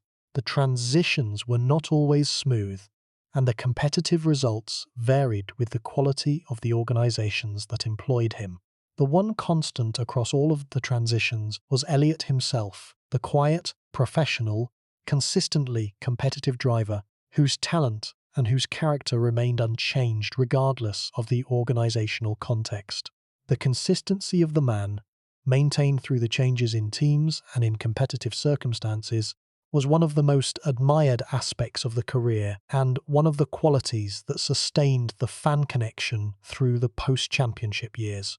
The specific victories that punctuated the later years of Elliott's career, while less frequent than the victories of the championship era, were still significant competitive achievements that demonstrated the persistence of the driving talent. Each victory was earned against fields that included the sport's best active competitors and that reflected the ongoing quality of the competition that Cup Series racing provided. The victories were celebrations that the fans embraced with the same enthusiasm that they had brought to the championship-era triumphs, confirmation that the champion from Dawsonville was still capable of producing the performances that had made him famous. The physical fitness dimension of Elliott's career was an area that evolved as the understanding of the relationship between conditioning and competitive performance improved. In the earlier years, like most drivers of his era, Elliott relied primarily on natural ability and competitive toughness. As the career progressed and as the demands of the Cup Series became better understood, the attention to physical preparation increased, reflecting the recognition that the maintenance of competitive performance required the management of the physical foundation on which that performance depended. The mental dimension of the career, the management of the psychological demands of professional competition across more than 2 decades, was another significant element that is sometimes overlooked in the assessment of Elliott's achievements. The psychological demands of Cup Series competition, including the management of competitive pressure, the processing of disappointment, the maintenance of motivation through periods of frustration, and the management of the public attention that a high-profile career generates, were demands that Elliott managed with the same quiet competence that characterized his on-track performance. The relationship between Elliott and the Dawsonville community evolved during the career, with the community's pride in its champion growing alongside the career's competitive achievements and persisting through the post-championship years when the competitive results were less dominant, but the connection remained strong. The community's celebrations, anchored by the victory siren tradition, were expressions of the pride and the identification that connected the champion to the place that had produced him and that sustained both through the decades of competition. The Chase Elliott emergence as a competitive driver in the Cup Series was the generational development that added a new dimension to the Elliott family story, and that connected the father's career to the sons in a way that enriched both men's legacies. Chase's talent, evident from his earliest racing experiences, was nurtured by the family environment and the racing knowledge that Bill's career had produced. The son's development as a driver was influenced by the father's example, by the values of hard work and modest self-presentation that Bill had demonstrated throughout his career, and by the specific racing knowledge that decades of Cup Series competition had accumulated. Chase's Cup Series championship in 2020, won while driving for Hendrick Motorsports, was the competitive achievement that completed the generational circle and that created the father-son championship distinction that connects the Elliott name to the great family traditions of the sport. The championship was won 32 years after Bill's, spanning a gap that encompassed fundamental changes in the sport's technology, its competitive structure, and its cultural identity. The gap between the two championships, like the gap between Terry Labonte's 2 titles, testified to the enduring quality of the family's racing talent and to the hereditary dimension of the competitive abilities that the sport's most successful families have demonstrated. The Coors sponsorship that adorned Elliott's car during the championship years was one of the most prominent and most recognizable commercial partnerships in the Cup Series. The Coors silver and red livery became one of the most iconic color schemes in the sport, associated in the public consciousness with the superspeedway speed and the championship success that the partnership produced. The sponsorship provided the financial resources that the team's competitive ambitions required and created a commercial identity for the Elliott operation that enhanced its visibility and its marketability. The sponsorship also connected the Elliott name to a major national brand, creating a commercial presence that the family team's modest origins might not otherwise have produced. The Coors Association elevated the team's profile and provided the kind of corporate backing that the competitive landscape increasingly demanded, while the team's competitive success provided Coors with the racing credibility and the brand exposure that justified the sponsorship investment. The 1985 Winston Million celebration was a moment of national attention that transcended the sport's traditional audience and that introduced the Elliott story to a broader American public. The celebration was covered by national media outlets that did not typically follow stock car racing, creating a level of exposure that few individual sporting achievements had produced. The coverage introduced the compelling narrative elements of the Elliott story: the family team, the small-town origins, the aerodynamic innovations, the quiet champion, to an audience that was receptive to the populist themes that the narrative contained. The media attention that the Winston Million produced was both a blessing and a challenge for a man whose natural reserve made public attention uncomfortable. Elliott managed the attention with the same quiet professionalism that characterized every other dimension of his career, participating in the interviews and the promotional activities that the achievement generated with a graciousness that reflected his appreciation for the opportunities, while maintaining the reserve that was his natural state. The 1986 season, which followed the Winston Million year, produced 4 victories and continued the competitive momentum that the 1985 season had established. The season demonstrated that the team's competitiveness was not a one-year anomaly, but a sustained competitive capability that could produce results across multiple seasons. The 4 victories were earned at a range of tracks, demonstrating the breadth of the team's competitive capabilities and the persistence of the driving talent that the previous season had showcased. The 1987 season was the year of the qualifying record, the 212-mile-per-hour run at Talladega that would stand forever as the fastest qualifying lap in the sport's history. The season also produced 6 victories, maintaining the team's position among the sport's elite competitors and confirming the sustained quality of the competitive effort. The combination of the qualifying record and the 6 victories created a season that was, in its own way, as significant as the Winston Million year, producing an achievement that would prove more permanent than any other in the sport's record books. The qualifying record session at Talladega was conducted in conditions that were optimal for maximum speed. The temperature, the humidity, the barometric pressure, and the track conditions all contributed to the favorable environment that allowed the car and the driver to produce the maximum speed that the aerodynamic and mechanical package could generate. The conditions were not manufactured. They were the natural result of the atmospheric conditions that prevailed during the qualifying session. But they were favorable, and the combination of the favorable conditions with the team's aerodynamic optimization and engine performance produced the record speed that no stock car will ever match. The significance of the record for Elliott's competitive identity cannot be overstated. The record associated his name permanently with the concept of maximum speed in stock car racing, creating a distinction that no other driver can claim and that connects the Elliott name to the sport's history in a way that is both permanent and unique. The record is the first fact that many fans associate with the Elliott name, the defining competitive detail that captures the essence of the career more completely than any other single statistic.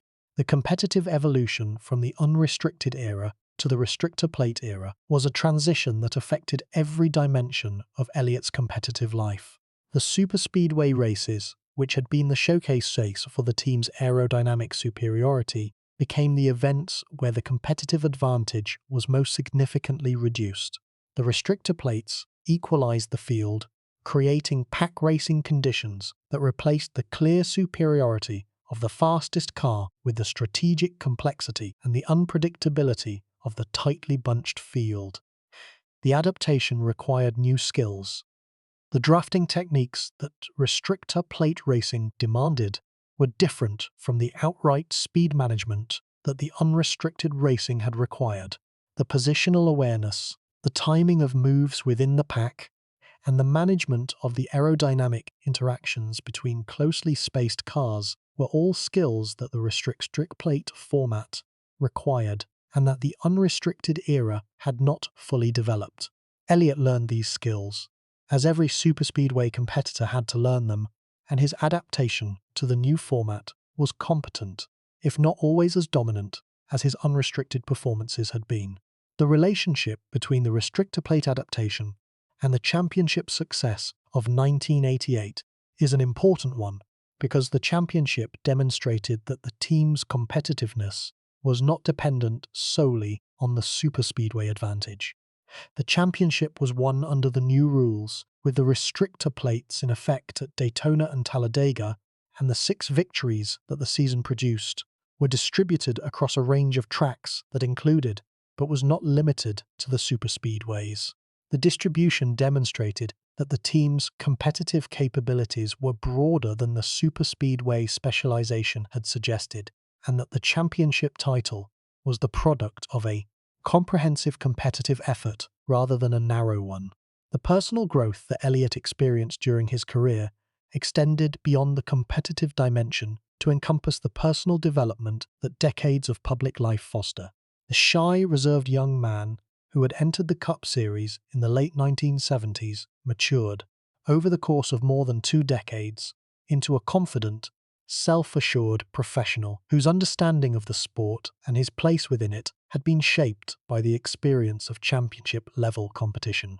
The maturation did not eliminate the shyness, it managed it, providing the tools and the confidence to navigate the public dimensions of the career while maintaining the personal authenticity that the fans valued.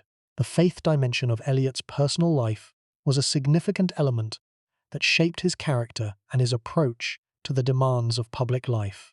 The specific nature of Elliott's spiritual beliefs and practices is a private matter that the competitive narrative does not require, but the influence of the faith on his character, providing perspective, humility, and the sense of purpose that sustained him through the demands of the competitive career, was a significant factor in the personal foundation on which the professional career was built.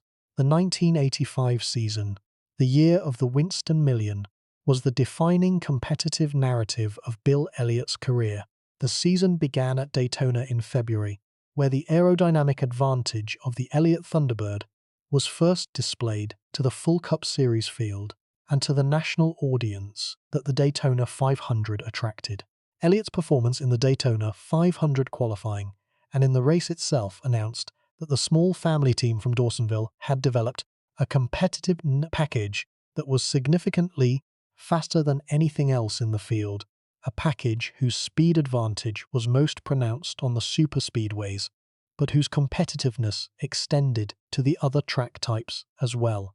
The Daytona 500 victory was the first jewel of the Winston Million crown, a dominant performance that demonstrated the aerodynamic superiority of the Elliott car on the sport's largest and most prestigious stage. The victory was won with a speed and a confidence that reflected the team's understanding of the aerodynamic principles they had developed and the quality of the car that the family shop had prepared. The Daytona victory established Elliott as the man to beat for the remainder of the season and created the Winston Million narrative that would dominate the sport's media coverage for the next several months. The second crown jewel victory came at Talladega, where the Winston 500 provided another superspeedway stage for the display of the Elliott car's aerodynamic advantage.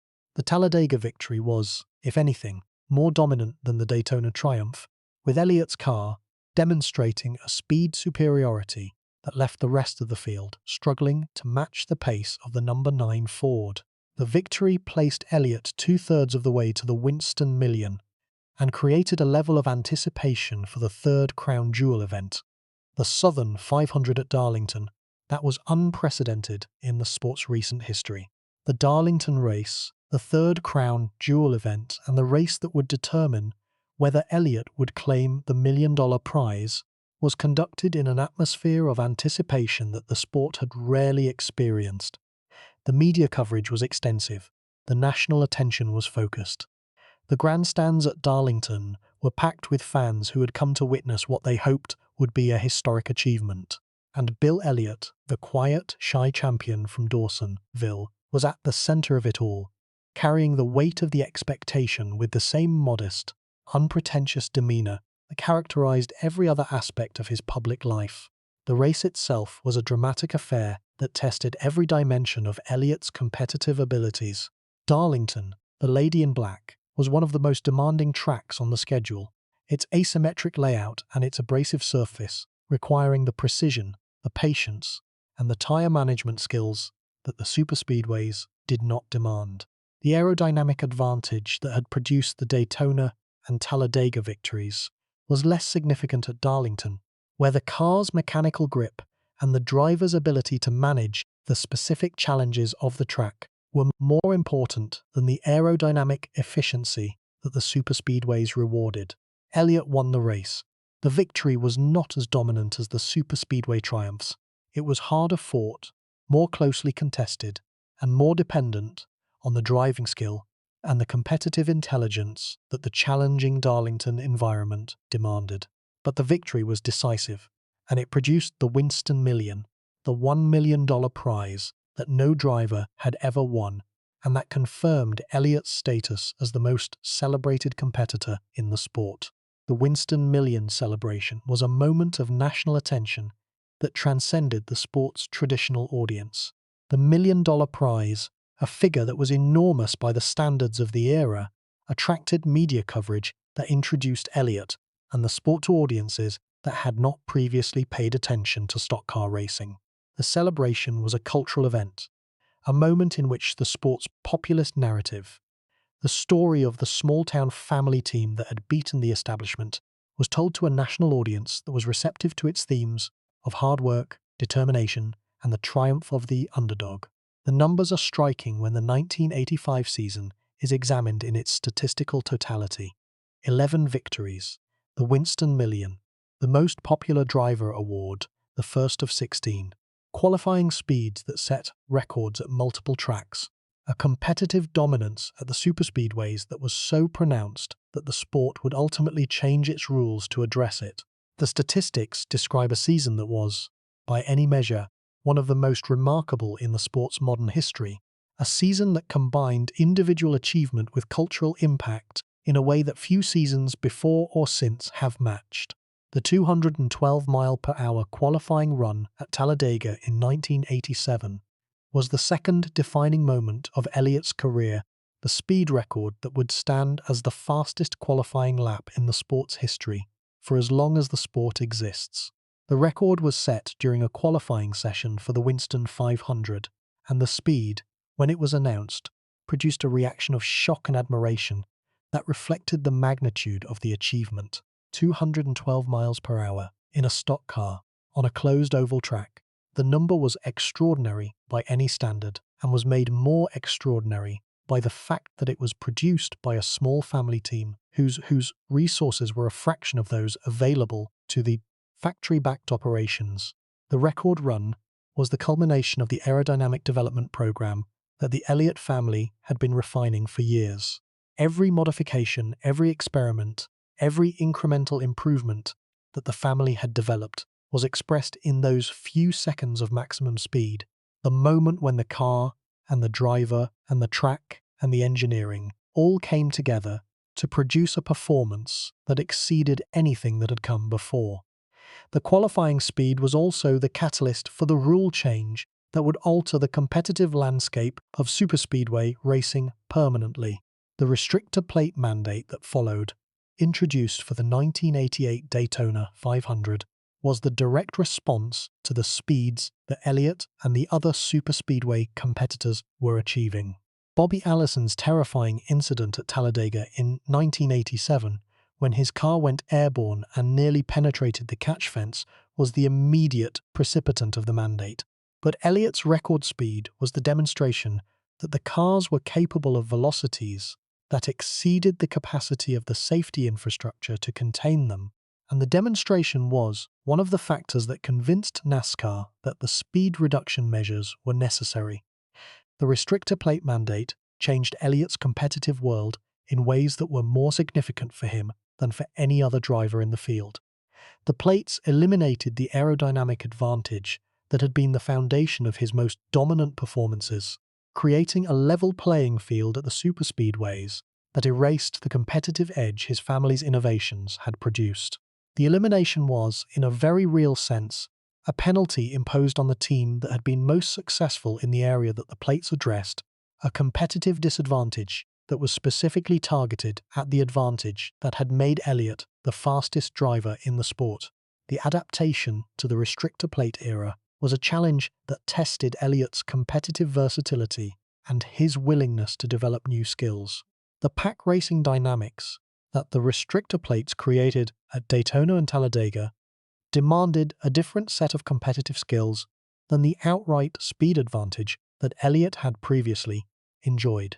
The drafting strategies, the positional tactics, and the ability to manage the complex aerodynamic interactions within a tightly packed field were skills that had to be learned and refined, and the learning process affected Elliott's superspeedway competitiveness during the initial years of the restrictor plate era. The 1988 championship season, the year in which Elliott won the Cup title, was conducted under the restrictor plate rules at the superspeedways and demonstrated Elliott's ability to produce championship results even without the aerodynamic advantage that had characterized his earlier seasons. The 6 victories that the season produced were distributed across a range of tracks, demonstrating the breadth of Elliott's ability and the quality of the team's preparations across the full spectrum of the Cup schedule. The championship was won by a margin that reflected the quality of the season-long effort, a performance that was characterized by the combination of victories and consistent finishes that the championship points system rewarded. The championship was the first and only of Elliott's career, and it carried a significance that extended beyond the individual achievement to encompass the validation of the family team's capabilities and the confirmation that the Elliott competitive model, the small family-run operation that relied on ingenuity and determination rather than corporate resources, could produce the sport's ultimate prize. The rivalry with Dale Earnhardt Sr.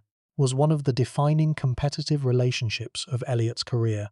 Earnhardt, who won 7 championships during the era of Elliott's competitiveness, was the most formidable and most intimidating competitor in the field.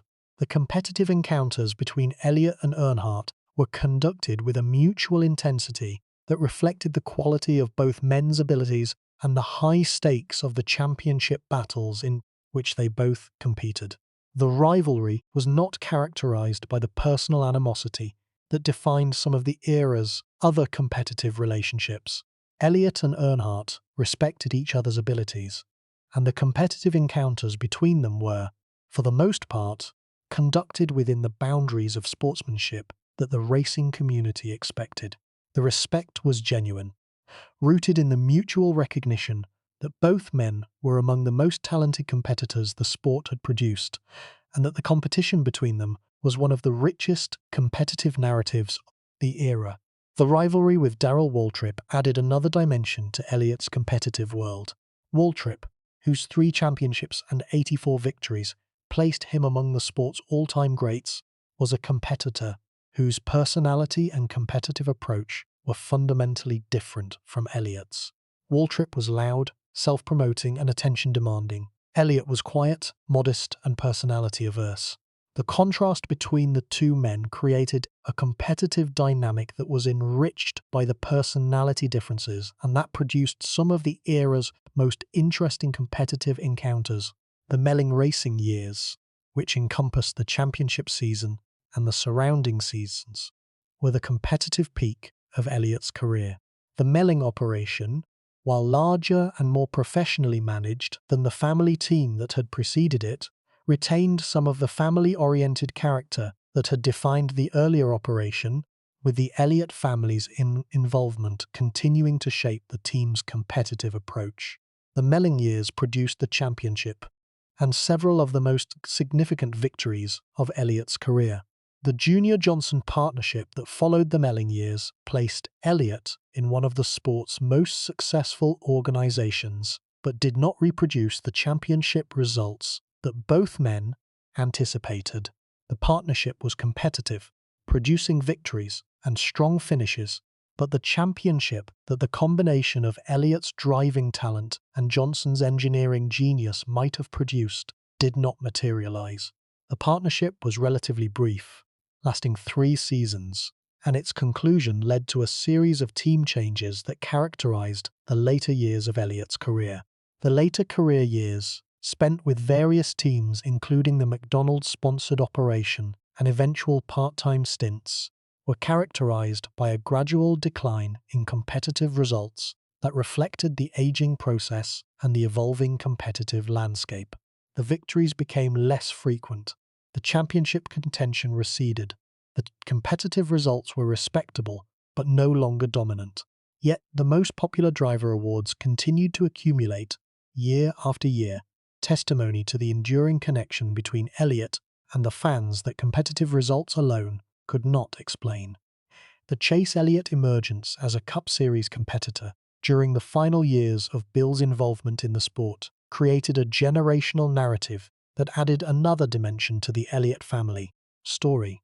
The father's presence in the sport during the son's developmental years provided a connection and a mentoring relationship that influenced Chase's competitive development and that connected the two generations of Elliott racing in a way that was both personal and professional.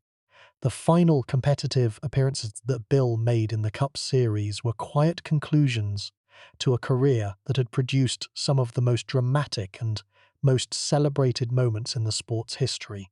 The appearances were conducted without fanfare, consistent with the personality of a man who had never sought the kind of public attention that dramatic conclusions attract.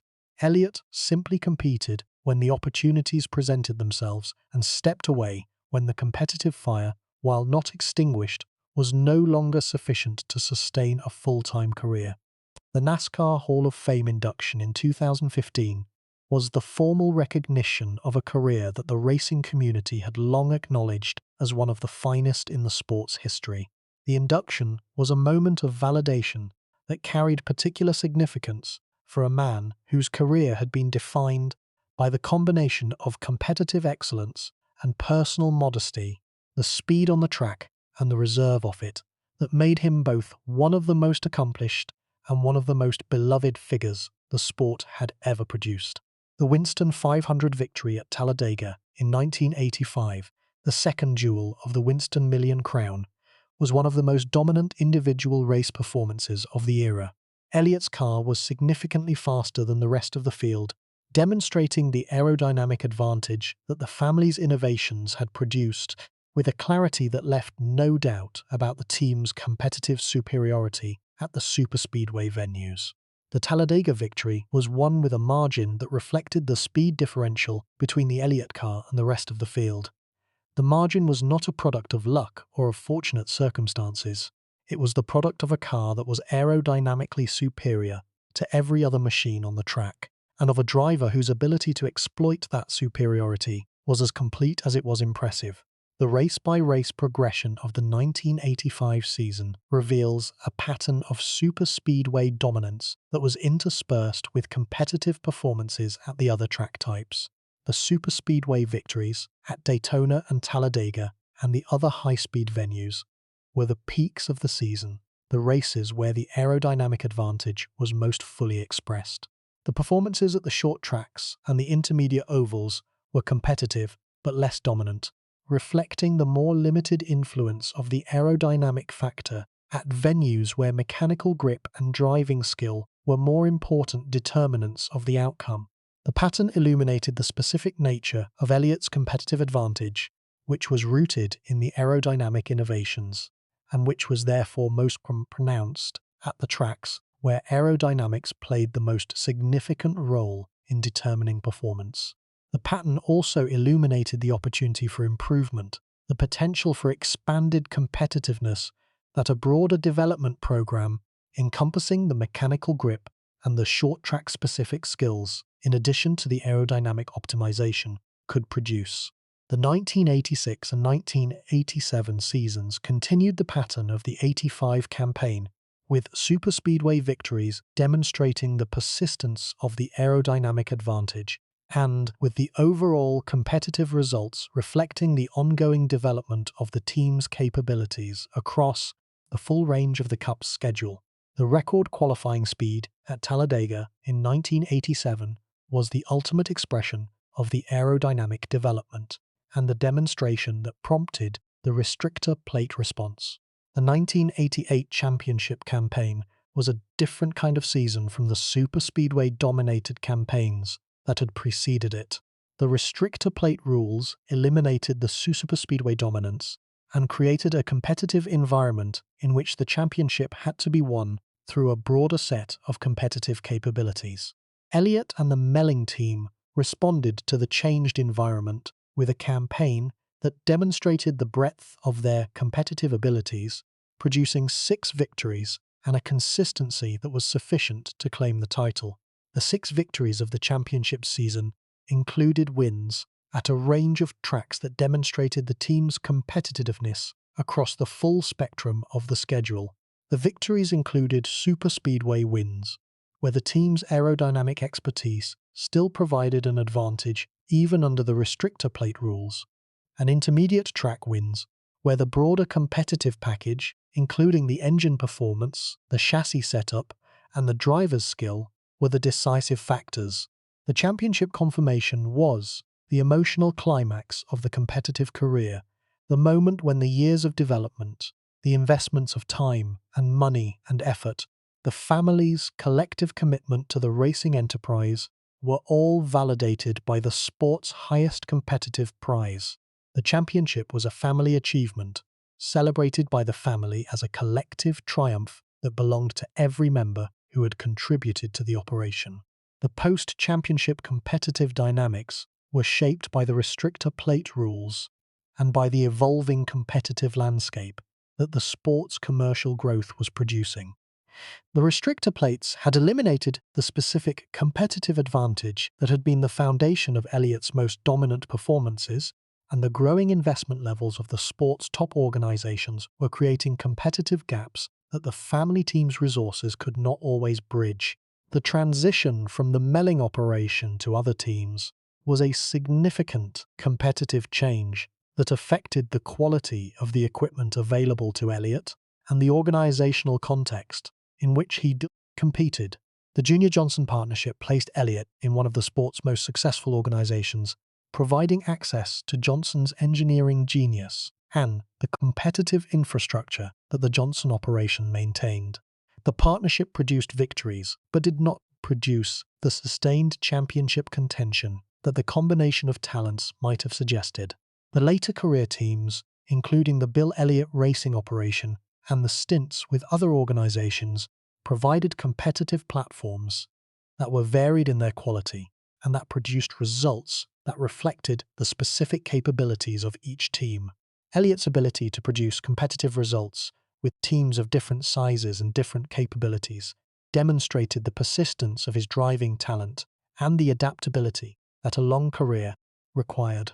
The Darlington Raceway victories that Elliott produced during his career connected him to one of the sport's most storied venues and demonstrated his ability to compete at the highest level on a track that demanded the precision and the car management skills that the superspeedways did not always require.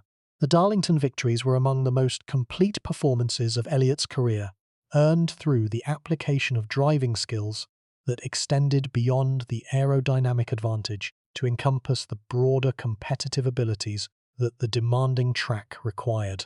The Bristol Motor Speedway demonstrated Elliott's short-track capabilities adding a dimension to the competitive record that countered the superspeedway specialist characterization.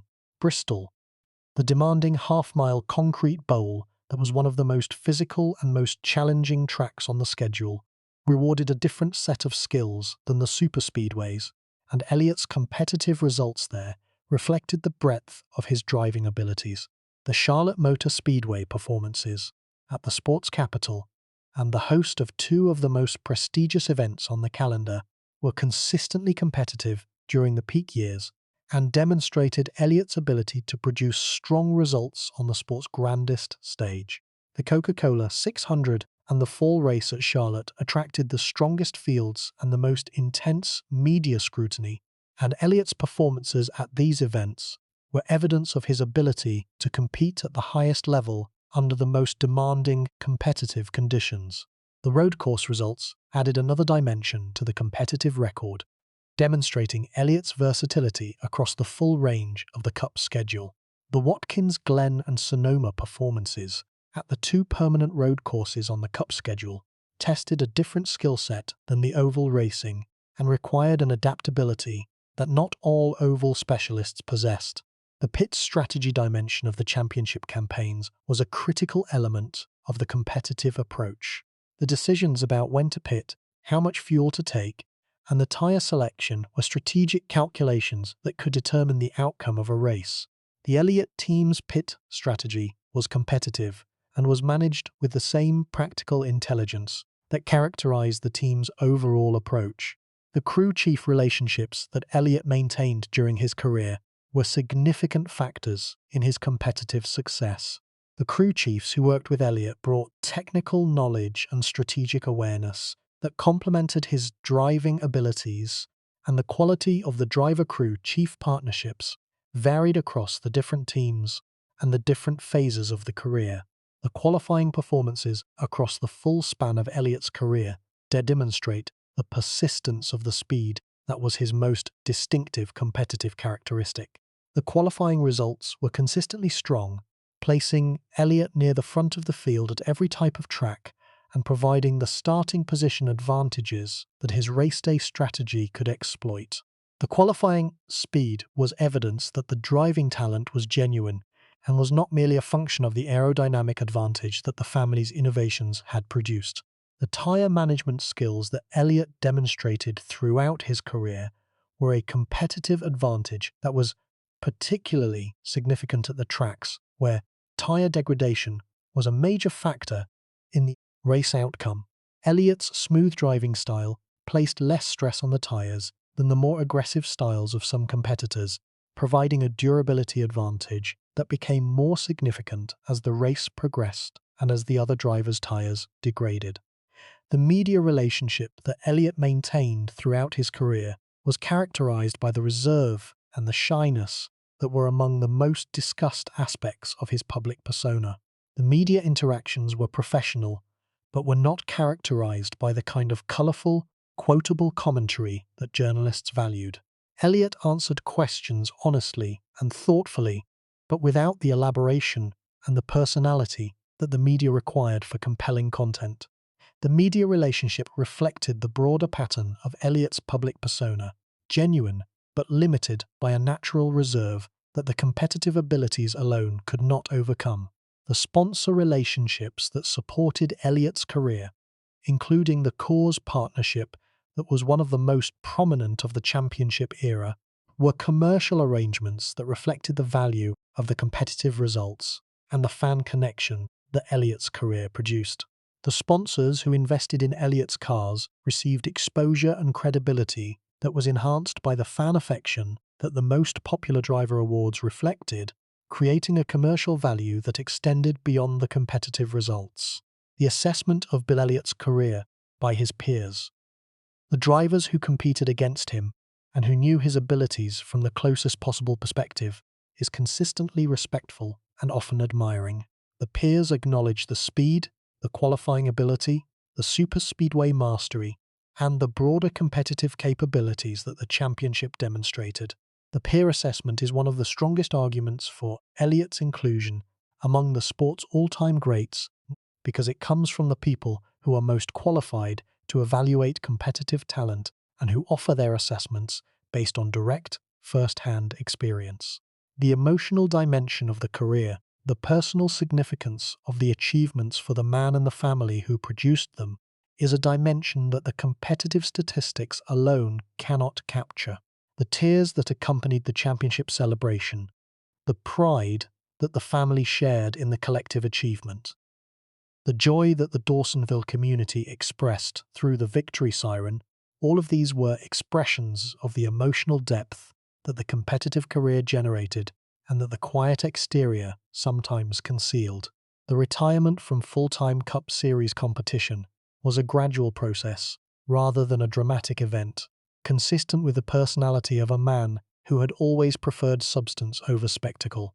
Elliott reduced his schedule over a period of years, competing in fewer and fewer races until the competitive career was, without formal announcement, effectively concluded. The quiet exit was appropriate for the quiet champion, a departure that honoured the character of the man, and that was received by the racing community with the same respect and the same affection that the career itself had inspired. The NASCAR Hall of Fame induction in 2015 was the formal recognition that placed the competitive record and the personal character in the sport's permanent archive of its greatest figures. The induction was deserved by every measure: the 44 victories, the championship, the Winston Million, the qualifying record, the 16 most popular driver awards. All of these achievements justified the honour and confirmed what the racing community had known for decades: that Bill Elliott's career was one of the finest and most beloved in the sport's history. The induction ceremony was an emotional occasion that revealed, beneath the shy exterior, the depth of feeling that the career had generated. The gratitude that Elliott expressed for the people who had supported him, from his family to his crew to the fans who had voted for him year after year, was genuine and deeply felt, a public expression of the private emotions that the quiet personality had always concealed. The competitive significance of the 11-win 1985 season in the context of the era's championship dynamics deserves additional examination. The season's most striking feature was the paradox of winning 11 races and losing the championship, a paradox that illuminated the specific nature of the points system and the relationship between victory production and championship success.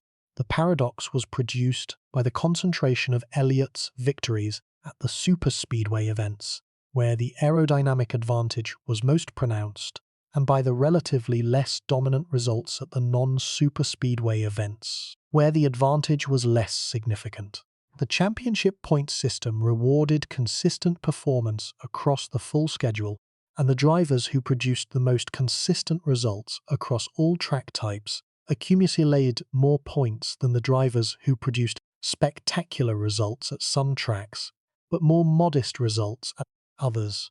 Dale Earnhardt, who won the 1985 championship, was the embodiment of the consistency approach, producing results that were strong across every type of track and that accumulated the points necessary to claim the title despite winning fewer races than Elliott.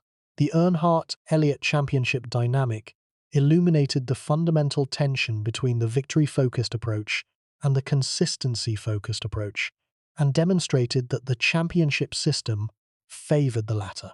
The lesson of the 1985 championship was one that influenced the team's approach to the subsequent seasons, including the championship year of 1988, the broadening of the competitive effort, the development of capabilities that extended beyond the superspeedway advantage to encompass the full range of the Cup schedule, was a strategic response to the 1985 experience and was one of the factors that contributed to the championship success that the 1988 season produced.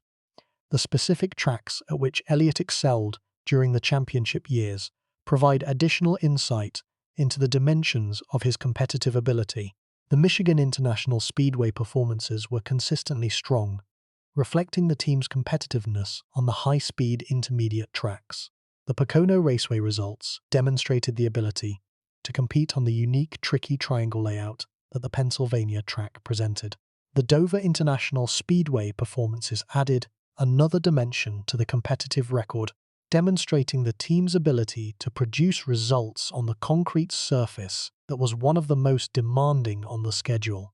The qualifying records that Elliott set at multiple tracks during the mid-1980s were additional evidence of the aerodynamic advantage that the team's innovations had produced. The records were not limited to the superspeedways. The Elliott Thunderbird was fast on the intermediate tracks as well, demonstrating that the aerodynamic optimization that the family had developed produced speed advantages across a range of track types and configurations. The tyre management strategy that the Elliott team employed during the championship campaigns was a critical competitive element. The tyre strategy was built on the principle of managing the degradation of the tyres over long runs, maintaining the speed and the handling balance that the car needed to produce strong finishes throughout the duration of the race. Elliott's smooth driving style was a natural complement to the tyre management strategy, reducing the stress on the tyres and extending their effective life in a way that the more aggressive driving styles of some competitors could not match. The fuel strategy dimension of the championship campaigns was another area where the team's practical intelligence produced competitive advantages. The fuel calculations, the management of fuel consumption during the race, and the timing of the pit stops were strategic elements that the team managed with the same empirical precision that characterized its overall approach. The fuel strategy contributed to the track position management that championship campaigns require and complemented the on-track driving performance that Elliott provided.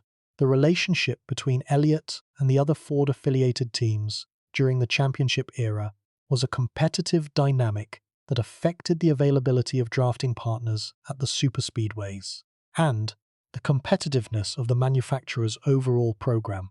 The Ford teams shared a manufacturer affiliation that created opportunities for cooperation at the drafting-dependent superspeedway events, while maintaining the competitive independence that the championship stakes demanded.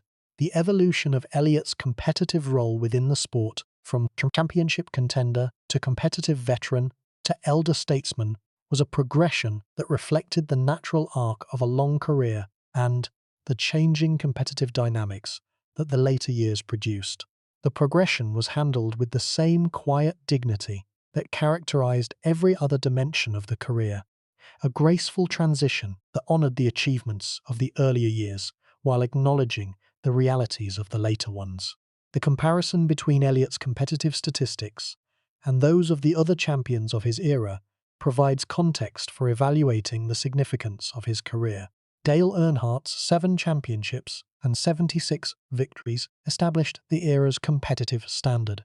Darrell Waltrip's 3 championships and 84 victories placed him among the era's most accomplished competitors. Terry Labonte's 2 championships and 22 victories demonstrated the value of consistency and longevity.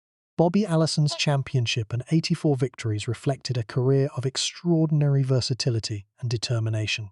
Elliott's single championship and 44 victories place him within this group of all-time greats, with the qualifying record, the Winston Million, and the 16 most popular driver awards, providing additional dimensions that distinguish his career from those of his contemporaries. The comparison demonstrates that the careers of the era's champions were diverse in their profiles, with each champion bringing a different combination of strengths and achievements to the competitive record, and that Elliott's specific combination, the superspeedway speed, the family team, the fan connection, was as distinctive and as compelling as any in the group. The emotional dimension of the competitive career, the personal significance of the achievements for the man and the family who produced them, is a dimension that deserves particular emphasis because it connects the statistics to the human experience that produced them. The championship celebration, shared with the family members who had contributed to the team's success, was an emotional moment that revealed the depth of feeling that the competitive pursuit had generated. The Winston Million celebration, with its national attention and its life-changing financial implications, was another emotional peak that demonstrated the personal investment that the competitive career represented. the most popular driver voting that occurred year after year, with the fans expressing through their ballots the affection and the admiration that the quiet champion inspired, was an ongoing emotional experience that's sustained Elliott through the post-championship years, and that provided a dimension of public validation that the competitive results alone could not fully supply.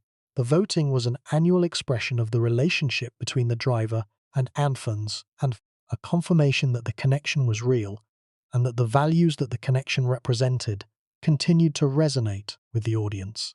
The physical demands of the Cup Series competition that Elliott endured across more than 2 decades of competition were significant and were managed with the same practical competence that not characterized every other dimension of his career.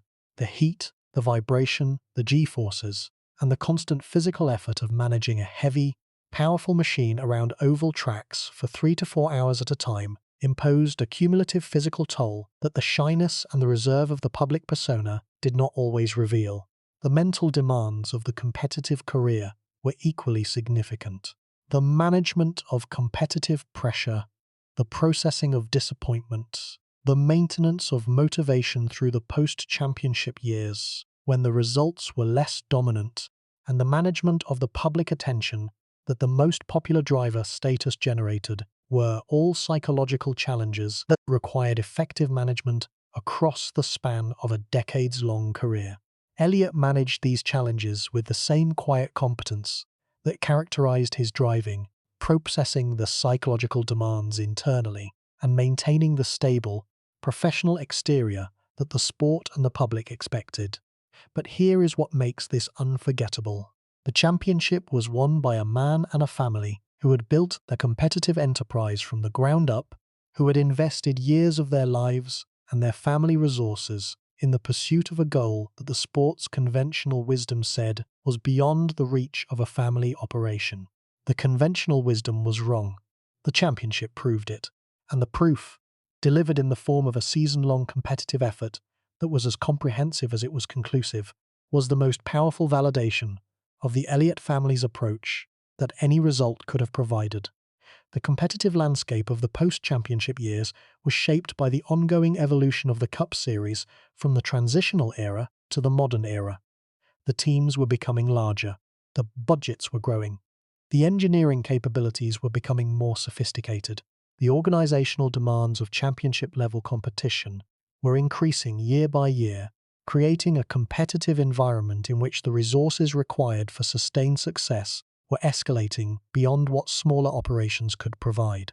Elliott navigated this evolving landscape with the same quiet determination that had characterized every previous phase of his career. The transitions between teams, from the Melling operation to the Junior Johnson partnership to the other competitive arrangements that the later years produced, were managed with a professionalism and a dignity that reflected the character of the man. The transitions were not always smooth. The competitive results fluctuated with the quality of the organizations that employed him, but the character remained constant, the one quality that did not change regardless of the team or the competitive circumstances. The final Cup Series races that Elliott competed in were quiet conclusions to a career that had produced some of the loudest and most spectacular moments in the sport's history. The record speeds, the 11-win season, the Winston Million, the championship, all of these were moments of spectacle and celebration that contrasted with the quiet, reserved personality of the man who produced them. The contrast was the essential tension of the Elliott career, the gap between the extraordinary nature of the achievements and the ordinary nature of the man, and the gap was, paradoxically, the quality that made the story so compelling and so beloved. The deeper truth about Bill Elliott is that his career was a test of the proposition that competitive greatness can coexist with personal modesty. The test was conducted across 3 decades of Cup Series competition, in front of millions of fans, and under the scrutiny of a media establishment that was increasingly oriented toward the personality-driven content that the television medium demanded. The test was demanding because the sport's commercial environment rewarded the drivers who were most visible, most quotable, and most willing to promote themselves, and Elliott's natural reserve placed him at a disadvantage in this environment that his competitive abilities alone could not fully overcome. Let that sink in. The most popular driver in the sport's history was also one of the most reserved, one of the least comfortable with public attention, one of the least willing to engage in the kind of self-promotion that the modern sports entertainment complex demands. The paradox is one of the most interesting features of the Elliott story because it challenges the assumption that popularity in professional sport is a function of personality and media savvy rather than of competitive excellence and personal character. The assumption is wrong. Elliott's 16 most popular driver awards prove it. The fans who voted for Elliott year after year were not voting for a media personality. They were voting for a character, for a set of values, for the combination of competitive excellence and personal modesty that Elliott represented and that the fans recognized as genuine. The votes were acts of identification, expressions of the fans' recognition that Elliott's character reflected their own values and that his success validated the proposition that you did not need to be loud or self-promoting or attention-demanding to be great. The fan connection that the most popular driver awards reflected was one of the most enduring and most significant relationships between a driver and an audience in the sport's history. The connection endured through the championship years and the non-championship years, through the 11-win seasons and the seasons of modest results, through the superspeedway dominance and the restrictor plate adjustment. The durability of the connection demonstrated that the fans' affection for Elliott was not contingent on the competitive results, but was rooted in something deeper, in the character and the values that the results accompanied, but that existed independently of them. Let that sink in. The fans loved Bill Elliott when he was winning 11 races a year. They loved him when he was winning 1 or 2. They loved him when he was not winning at all. The love was constant, immune to the fluctuations of competitive fortune, sustained by the recognition that the man behind the wheel was the same man regardless of where the car finished, the same quiet, modest, fundamentally decent person whose character the fans admired and whose success they celebrated as their own. The Dawsonville dimension of the Elliott story adds a geographic and cultural specificity to the narrative that enriches its emotional resonance. Dawsonville was not just where Elliott came from, it was who he was, a place whose values of hard work, family loyalty, and modest self-presentation were embodied in the driver who represented it on the national stage. The siren that the town sounded when Elliott won a race was a communal expression of the pride and the identification that the community felt, a public announcement that one of their own had triumphed, and that the triumph belonged not just to the man who drove the car, but to the place that had produced him. The family team dimension of the career provides another layer of meaning that the corporate-structured modern sport cannot replicate. The cars that Bill Elliott drove during his most successful seasons were cars that his father had helped build, that his brothers had helped prepare, and that the family's collective mechanical knowledge had made competitive. The family involvement was not decorative. It was foundational, the competitive infrastructure on which the victories and the championship were built. The significance of this involvement is enhanced by the knowledge that the family team was competing against operations whose resources exceeded theirs by enormous margins, and that the victories family produced were earned against competition that the family's budget alone would never have predicted. The personal cost of the competitive career was borne with the same quiet stoicism that characterized every other dimension of Elliott's public life. The decades of competition exacted a physical toll that the shy, reserved exterior did not always reveal, and the demands of the Cup Series schedule, the travel, the promotional obligations, the constant public exposure tested a personality that was more comfortable in the garage than in the spotlight. The marriage to Cindy Elliott provided the personal anchor that sustained Bill through the decades of competition and the demands that the public life generated. The marriage endured through the championship years and the post-championship years, through the team changes and the competitive transitions, providing the stability and the support that the racing career demanded and that Bill's reserved personality required. The deeper truth about the restrictor plate mandate and its impact on Elliott's career is a truth about the relationship between innovation and regulation in professional sport.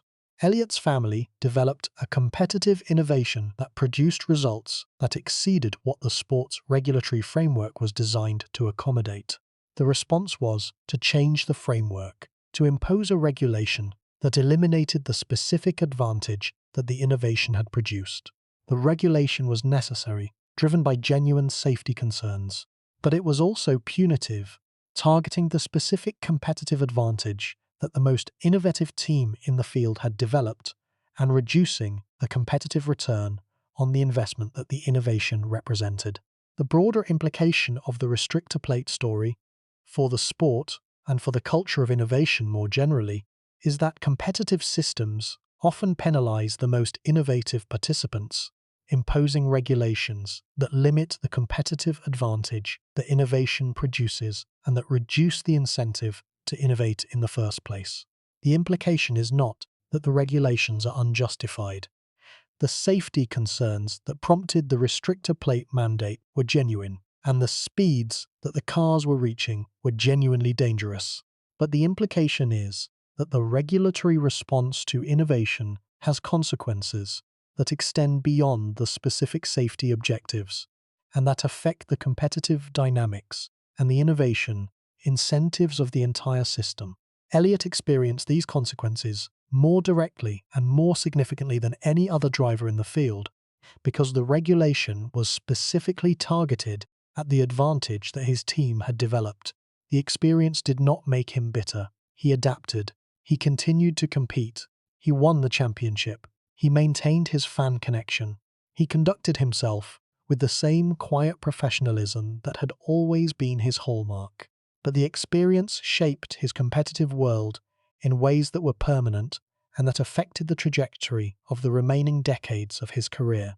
The assessment of Elliott's place in the sport's historical hierarchy is complicated by the bifurcation of his career into the pre-restrictor plate era, during which his performances were among the most dominant in the sport's history, and the post-restrictor plate era, during which his performances were competitive but no longer dominant.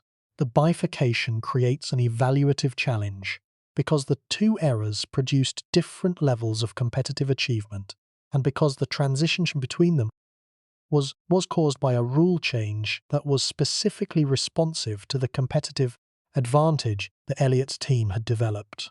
The fairest evaluation of Elliott's career must account for both eras and must recognize that the pre-restrictor plate performances, while produced in a different competitive environment, were genuine expressions of competitive excellence that reflect the quality of the team's engineering and the driver's ability.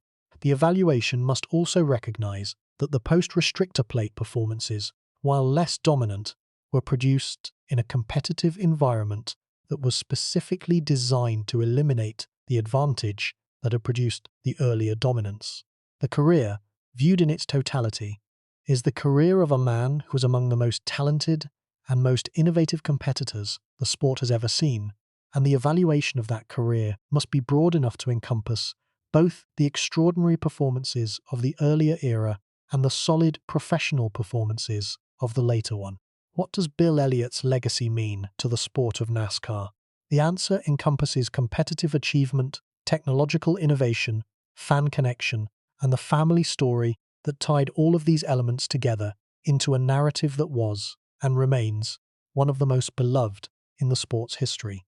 The competitive legacy is substantial and distinctive. 44 Cup Series victories, the 1988 Cup Series championship, the Winston Million, the all-time qualifying speed record that will never be broken. 16 most popular driver awards.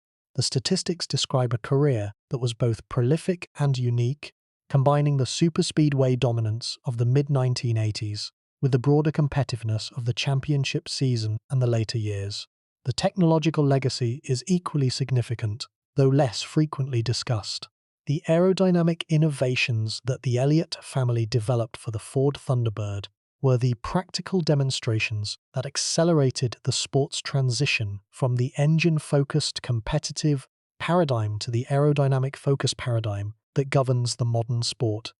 The innovations were the work of a family team, produced without the benefit of wind tunnels or computational fluid dynamics, and their effectiveness was a testament to the mechanical aptitude and the innovative spirit that the Elliott family possessed.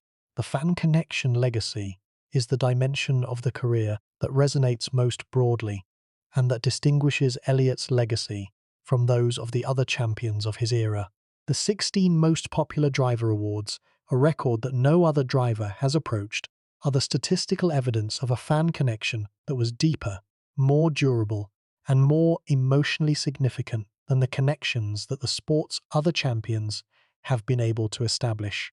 The connection was built on the combination of competitive excellence and personal modesty that Elliott embodied, a combination that the fans recognized as genuine and that they valued above the louder, more attention-grabbing qualities that other champions offered. The family team legacy connects Elliott's career to the sport's foundational narrative, the story of families who built racing operations in their garages and who competed against the established powers with nothing but their talent and their determination.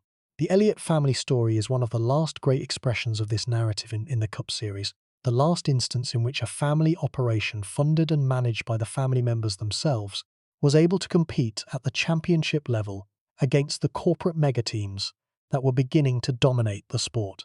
The generational legacy that connects Bill's career to Chase's championship is another dimension of the Elliott story that enriches the competitive record and that connects the family's achievement to the sport's broader family traditions.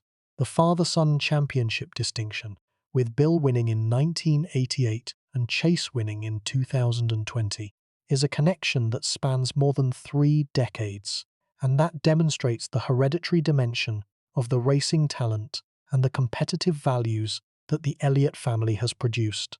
The Dawsonville legacy, the connection between the driver and the community that produced him, is a cultural legacy that persists in the sport's collective memory and that provides a geographic anchor for the Elliott story that enriches its emotional resonance. The siren that announced Bill's victories, the communal celebrations that his successes produced, the pride that the community felt in its most famous son, these are the elements of a cultural legacy that extends beyond the competitive record and that connects the Elliott story to the broader American narrative of small-town pride and local achievement. The Hall of Fame recognition that the career received in 2015 was the sport's formal acknowledgement that the competitive achievements, the technological innovations, the fan connection, and the family story that the career encompassed were worthy of the highest honor the sport can bestow. The recognition was deserved and was welcomed by the racing community as a confirmation of what the community had known for decades, that Bill Elliott's career was one of the finest and most beloved in the sport's history. The philosophical dimension of the Elliott legacy speaks to the nature of the relationship between competitive excellence and personal character, between the speed on the track and the character of it.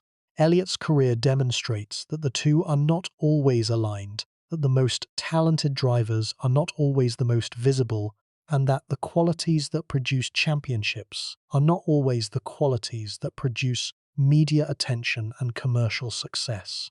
The demonstration is a reminder that the criteria by which the public evaluates athletes are not always the criteria that best capture the quality of the athlete's achievements, and that the quiet champions, the men and women whose competitive excellence is accompanied by personal modesty rather than personal promotion, deserve the same recognition and the same celebration that their louder counterparts receive. In the end, the story of Bill Elliott is a story about speed, not just the 212 miles per hour at Talladega, though that number is the most vivid expression of the speed that defined his career.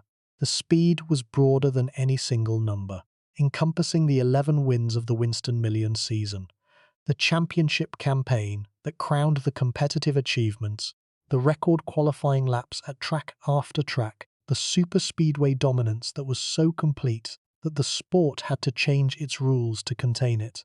The speed was produced by a family, by a father and his sons, working in a garage in the mountains of Georgia, developing aerodynamic innovations that the factory engineers had not discovered and producing a competitive package that exceeded the capabilities of operations whose resources were measured millions of dollars. The family dimension is the element that transforms the speed from a mere statistic into a story, from a number on a scoreboard into a narrative that resonates with the deepest values of the sports audience. The speed was driven by a man, a quiet, modest, fundamentally decent man whose character was as distinctive as his competitive abilities and whose connection with the fans was as deep and as durable as any connection in the sport's history. The man did not seek the spotlight. He did not promote himself. He did not cultivate the media presence that the modern sporting culture rewards. He simply drove with a skill and a determination that produced results that the spotlight could not ignore, and that the fans celebrated with an affection that 16 Most Popular Driver Awards only partially captured. 44 victories, 1 championship, 16 Most Popular Driver Awards, the all-time qualifying speed record, the Winston Million, a family team that defied the competitive hierarchy, a connection with the fans that defied the marketing models, and a character quiet and modest and impossibly shy that defied the cultural expectations of a sport that increasingly valued personality over performance and volume over substance. The siren sounds in Dawsonville. It echoes through the hills of North Georgia, carrying the news that the hometown boy has won again, that the family team has beaten the establishment again, that the quiet champion has produced another performance that silences the skeptics and validates the faith of the millions of fans who have adopted him as their own. The siren is silent now. The racing career is complete. The record speed will never be matched. The family team has given way to the corporate operations that the modern sport demands. But the legacy endures. The speed endures in the record books. The championship endures in the trophy case. The fan connection endures in the memories of the millions of people who voted for Bill Elliott year after year, expressing through their votes the admiration and the affection that the quiet champion inspired. They called him Awesome Bill from Dawsonville, and the name, which captured both the extraordinary and the ordinary, both the speed and the hometown, both the champion and the country boy, was the perfect name for a man whose career combined the most spectacular, competitive achievements with the most modest, most genuine, most deeply admired personal character that the sport of NASCAR has ever produced. The speed was real, the modesty was real, the family was real, and the love, the deep, durable, 16 times confirmed love that the fans of NASCAR held for the quiet champion from the Georgia mountains was as real as any emotion the sport has ever produced. Bill Elliott, Awesome Bill, the fastest man who ever sat in a stock car, the most popular driver who ever competed, and the most authentic champion the sport has ever known. The siren echoes, the hills remember, and somewhere in Dawsonville, the garage where it all began still stands, a monument to the proposition that a family, working together, can take on the world and win.